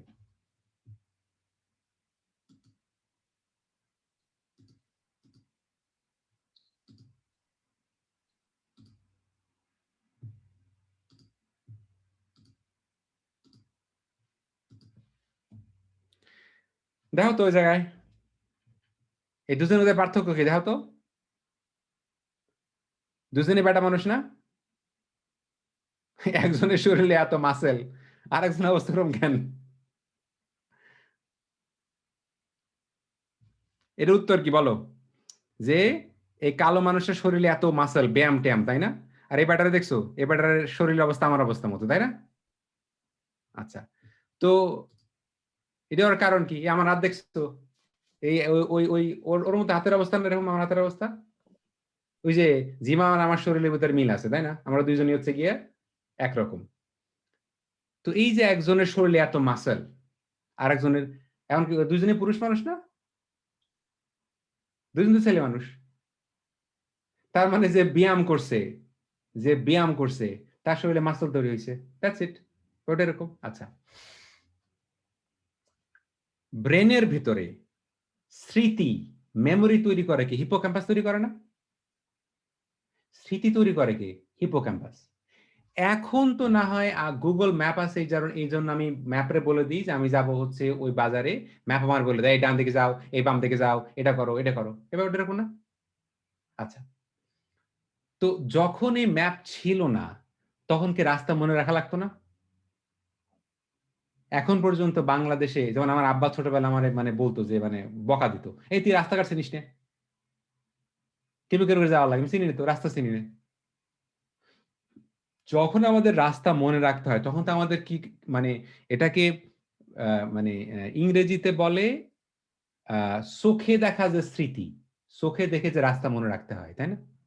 তো তোমাকে যদি প্রতিনিয়ত রাস্তা মনে রাখতে হয় তাহলে তোমার কি মেমোরির এক্সারসাইজ হচ্ছে না? এক্সারসাইজ হচ্ছে বলে তোমার কি মাসেল বেশি বড় হবে। আচ্ছা, তো এই যে ভোগাবাজিটা কি করছে দেখো, বিজ্ঞানীরা ভোগাবাজি করছে যে হিপ্পোক্যাম্পাসের সাইজ দেখাইছে। হিপ্পোক্যাম্পাস বলছে যে মিয়া মানুষের হিপ্পোক্যাম্পাস ছোট, কিন্তু ছাগল মানুষের হিপ্পোক্যাম্পাস বড়, কাজেই তোমার ছাগল মানুষের বুদ্ধি বেশি। আরে বাবা রে, মিয়া মানুষ যখন হেসেল, হেসেল বোঝো? হেসেল, হেসেল মানে কি? হেসেল মানে যদি বোঝো বা করবার আমার বলো, বলো হেসেল মানে কি? রান্নাঘর। আহ, হ্যাঁ, রান্নাঘর। রান্নাঘর। রান্নাঘর। চুলে, এই তো চুলে, চুলে কই না আমরা? আহা, হাসেল কই না? হাসেল, তাই না? তো তুমি তো একটা বাচ্চা, একটা মেয়ে বাচ্চা জন্মের পর থেকে তো তুমি তো রান্নাঘর ঢেলতে ফেলা দিচ্ছ। সে তো যায় সারিতে খালি কি করতেছে, তোমার ওই চুলে খুঁজেছে। তো চুলা যদি খুঁচায় তাহলে কিন্তু এক্সারসাইজ করতেছে? করতেছে না তো। আর আমি তো ছেলে মানুষ, আমার এই তো ছোটবেলা থেকে বাবা মা বলছে যে আমাকে ডাক্তার হইতে হবে, আমাকে বড় মানে ইঞ্জিনিয়ার হইতে হবে। আমি তো সারাক্ষণ অঙ্ক করতেছি, সারাক্ষণ ব্রেন খাটাচ্ছি। তাহলে মাসেলটা কার হবে? যে ব্রেন খাটাচ্ছে তার মাসেল হবে, তাই তো, আর তো কিছু না। তো এই যারা ব্রেন বিজ্ঞানী তারা অধিকাংশ ছেলে মানুষ, তারা বলতেছে আরে মিয়া মানুষের মাথায় বুদ্ধি কম, ব্রেন কম। দেখো এই যে দেখো যে তোমার হিপ্পোক্যাম্পাসের সাইজ ছোট, হিপ্পোক্যাম্পাসের সাইজ ছোট। তখন ওই যে বিজ্ঞানী কর্ডিয়ালি দাঁত দিলাম, করলো ফাইন। কি? Cordelia fine. কর্ডেলিয়া ফাইন বললো ভোগাবাজি করো। তো সে কি করলো, কিছু বিজ্ঞানী, একটা ব্রেন বিজ্ঞানী টেস্ট করলো যে লন্ডনে যারা ট্যাক্সি চালায় তাদের কি করতে হয়, সমস্ত রাস্তাঘাট পুঙ্খানুপুঙ্খানু মনে রাখতে হয়। লন্ডনে যারা ট্যাক্সি চালায় তাদের সমস্ত রাস্তাঘাট একদম পুঙ্খানুপুঙ্খভাবে কি করতে হয়, মনে রাখতে হয়। তো করলো কি, ওই ট্যাক্সি ড্রাইভার তো প্রফেসর না, তারা তো আর তোমার গণিতজ্ঞ না, তারা তো সারাক্ষণ যারা ট্যাক্সি চালায় তারা কেমন বলি না যে মূর্খ অশিক্ষিত বলি না, এটাতে বলি। তো ওই ট্যাক্সি ড্রাইভারদের ব্রেন স্ক্যান করছে। তো এখন ওই বিজ্ঞানী করলো কি, ওই যে ভোগাবাজিটা, ওই চার্লস ডারউইনের মতো সে ভোগাবাজিটা বের করে দিল। বলল ট্যাক্সি ড্রাইভাররা সারাক্ষণ, ওরা কিন্তু অঙ্ক করে না, বিজ্ঞান করে না, ওরা কোনো, কিন্তু ওদের ব্রেনটা সারাক্ষণ কেন খাটানো লাগে, যে কোন দিকে রাস্তাকে মনে রাখার জন্য। এই জন্য ট্যাক্সি ড্রাইভারদের যে হিপোক্যাম্পাস এটা অত বড়। তো ট্যাক্সি কি ছেলে মানুষ চালাতে পারে, মেয়ে মানুষ চালাতে পারে না? গাড়ি খেলে ছেলে মানুষ চালায়, মেয়ে মানুষ চালায় না? প্লেন মেয়ে মানুষ চালাচ্ছে না? চালাচ্ছে তো। তোমরা বাংলাদেশের নায়ক ফেরদৌস চেনো? ফেরদৌস,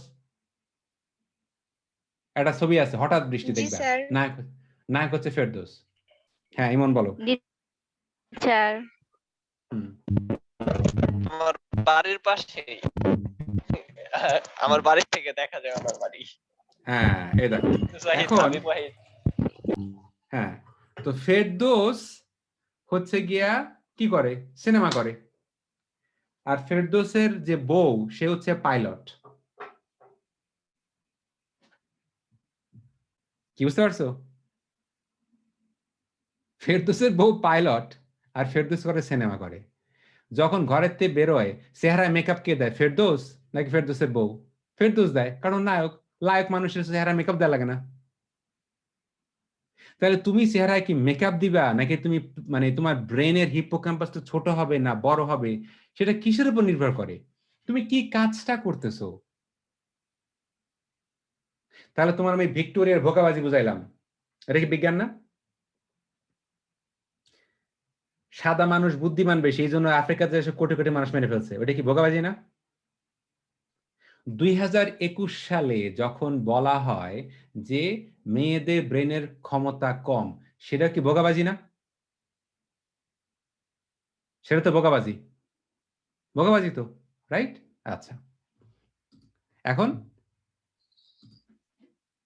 এই ছবিটা দেখো, এই যে তোমার এই যে যেখানে কার্সরটা ঘোরাচ্ছি, এইটার নাম হচ্ছে হিপ্পোক্যাম্পাস। যারা ট্যাক্সি চালায় তাদের কি সব রাস্তাঘাট মনে রাখতে হয় বলে ওদের তোমার কি হিপ্পোক্যাম্পাসটা এত বড়। কি এখন বুঝতে পারছো আমি কি বলতেছি? এখন এই যে আর একটা নাম মনে রাখতে হবে, এটাকে হেসেলে ফু পারতেছে না, জরিনা বা কি করতেছে, হেসেলে ফু দিচ্ছে, তাই না? আচ্ছা, একটা নাম মনে রাখার বুদ্ধি শিখা দিই, হেসেল আর মিশেল নামে মিল আছে না? ঠিক আছে, আর ফু করতেছে, ফু ফু ফু করতেছে, তাই না? আচ্ছা, তোমার একটা নাম মনে রাখতে হবে, সেটা হচ্ছে মিশেল ফুকো। হেসেলে ফু দেওয়া আর মিশেল ফুকো মিল আছে না নাম? হেসেলে ফু, মিশেল ফুকো, ঠিক আছে? হেসেল মানে মিশেল, ফু মানে ফুকো, এটা তোমাদের পাবনা শব্দ, তাই না? হেসেল মানে হচ্ছে মিশেল আর ফু মানে হচ্ছে ফুকো। মিশেল ফুকো নামে একজন অনেক বড় ফ্রান্সের ফরাসি একজন দার্শনিক ছিলেন, যিনি এই শিক্ষা নিয়ে অনেক অনেক অনেক অনেক কথা বলে গেছেন।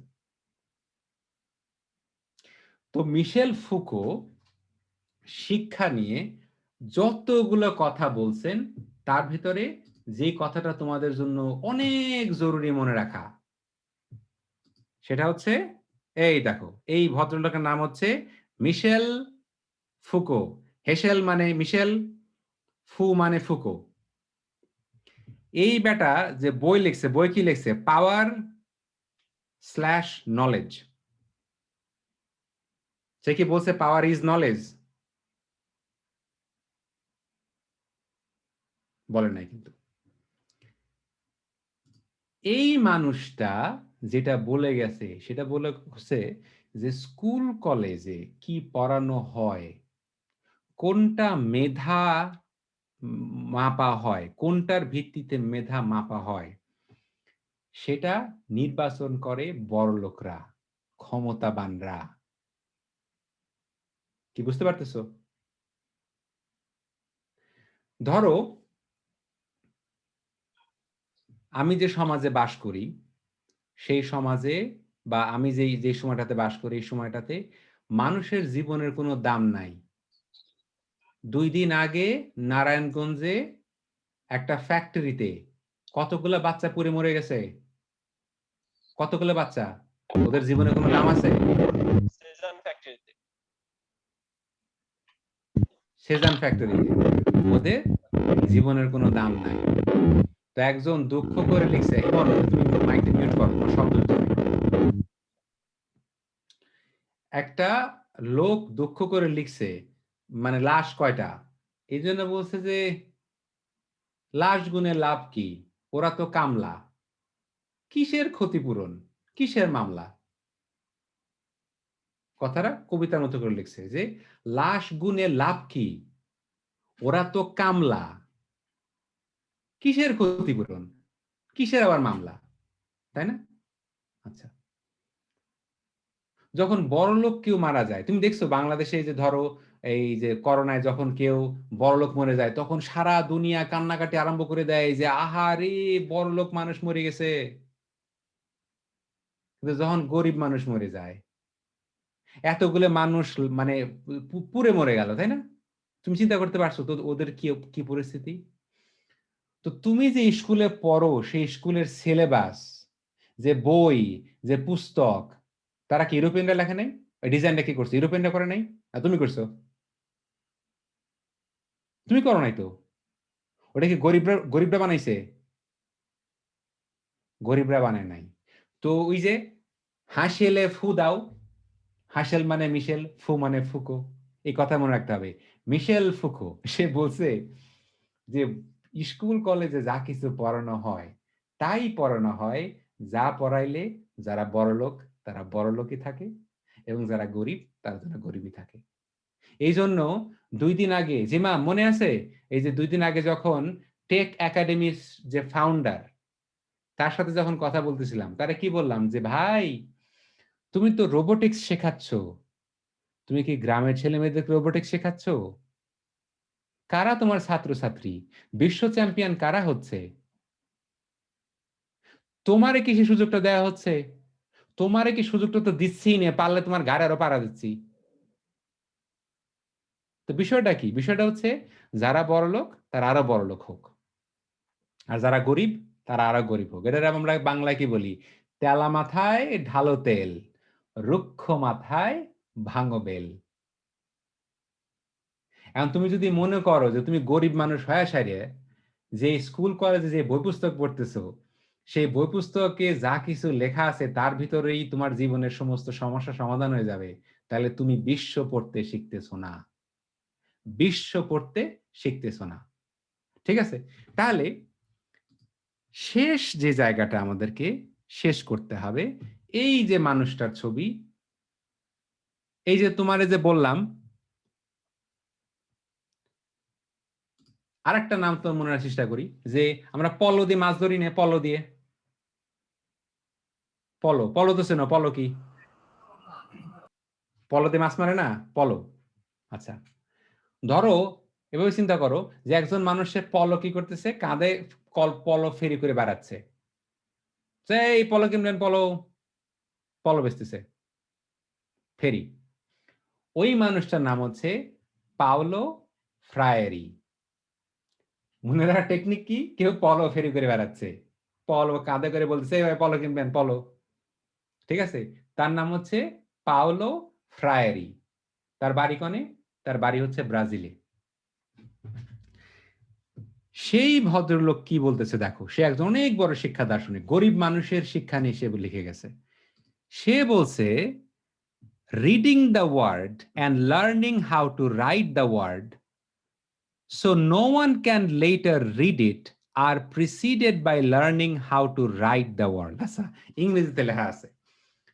তার মূল কথাটা যে বলতেছে যে খালি একটা কলম হাতে করে তুমি যদি ক খ লেখা শেখো, ক খ লেখা কি তোমাকে চিন্তা করতে শেখায়? সেও না এ পর্যন্ত। ক খ লিখতে পারো, এবিসিডি পড়তে পারো, চিন্তা করতে পারে তো। তোমার তো চিন্তা করতে শেখায় নাই। তো আজকের তোমার যে মূল বিষয়টা বোঝানোর ব্যাপার ছিল আমার, সেটা হচ্ছে নলেজ, বিজ্ঞান, এগুলার পিছনেও ক্ষমতা বিচ্ছিন্ন করতে পারবা না। এটারে তুমি বিচ্ছিন্ন করতে পারবা না। এই জন্য গরিব মানুষ হিসাবে, প্রান্তিক পর্যায়ের মানুষ হিসাবে তোমাকে সব সময় প্রশ্ন করা শিখতে হবে। ওই যে বলছি, রাজামশাই আপনি এরকম পাতলা কাপড় পরছেন যে কাপড় পরছেন টেরি পাওয়া যাচ্ছে না। আর একটা বাচ্চা বলতেছে, রাজামশাই তো ল্যাংটা।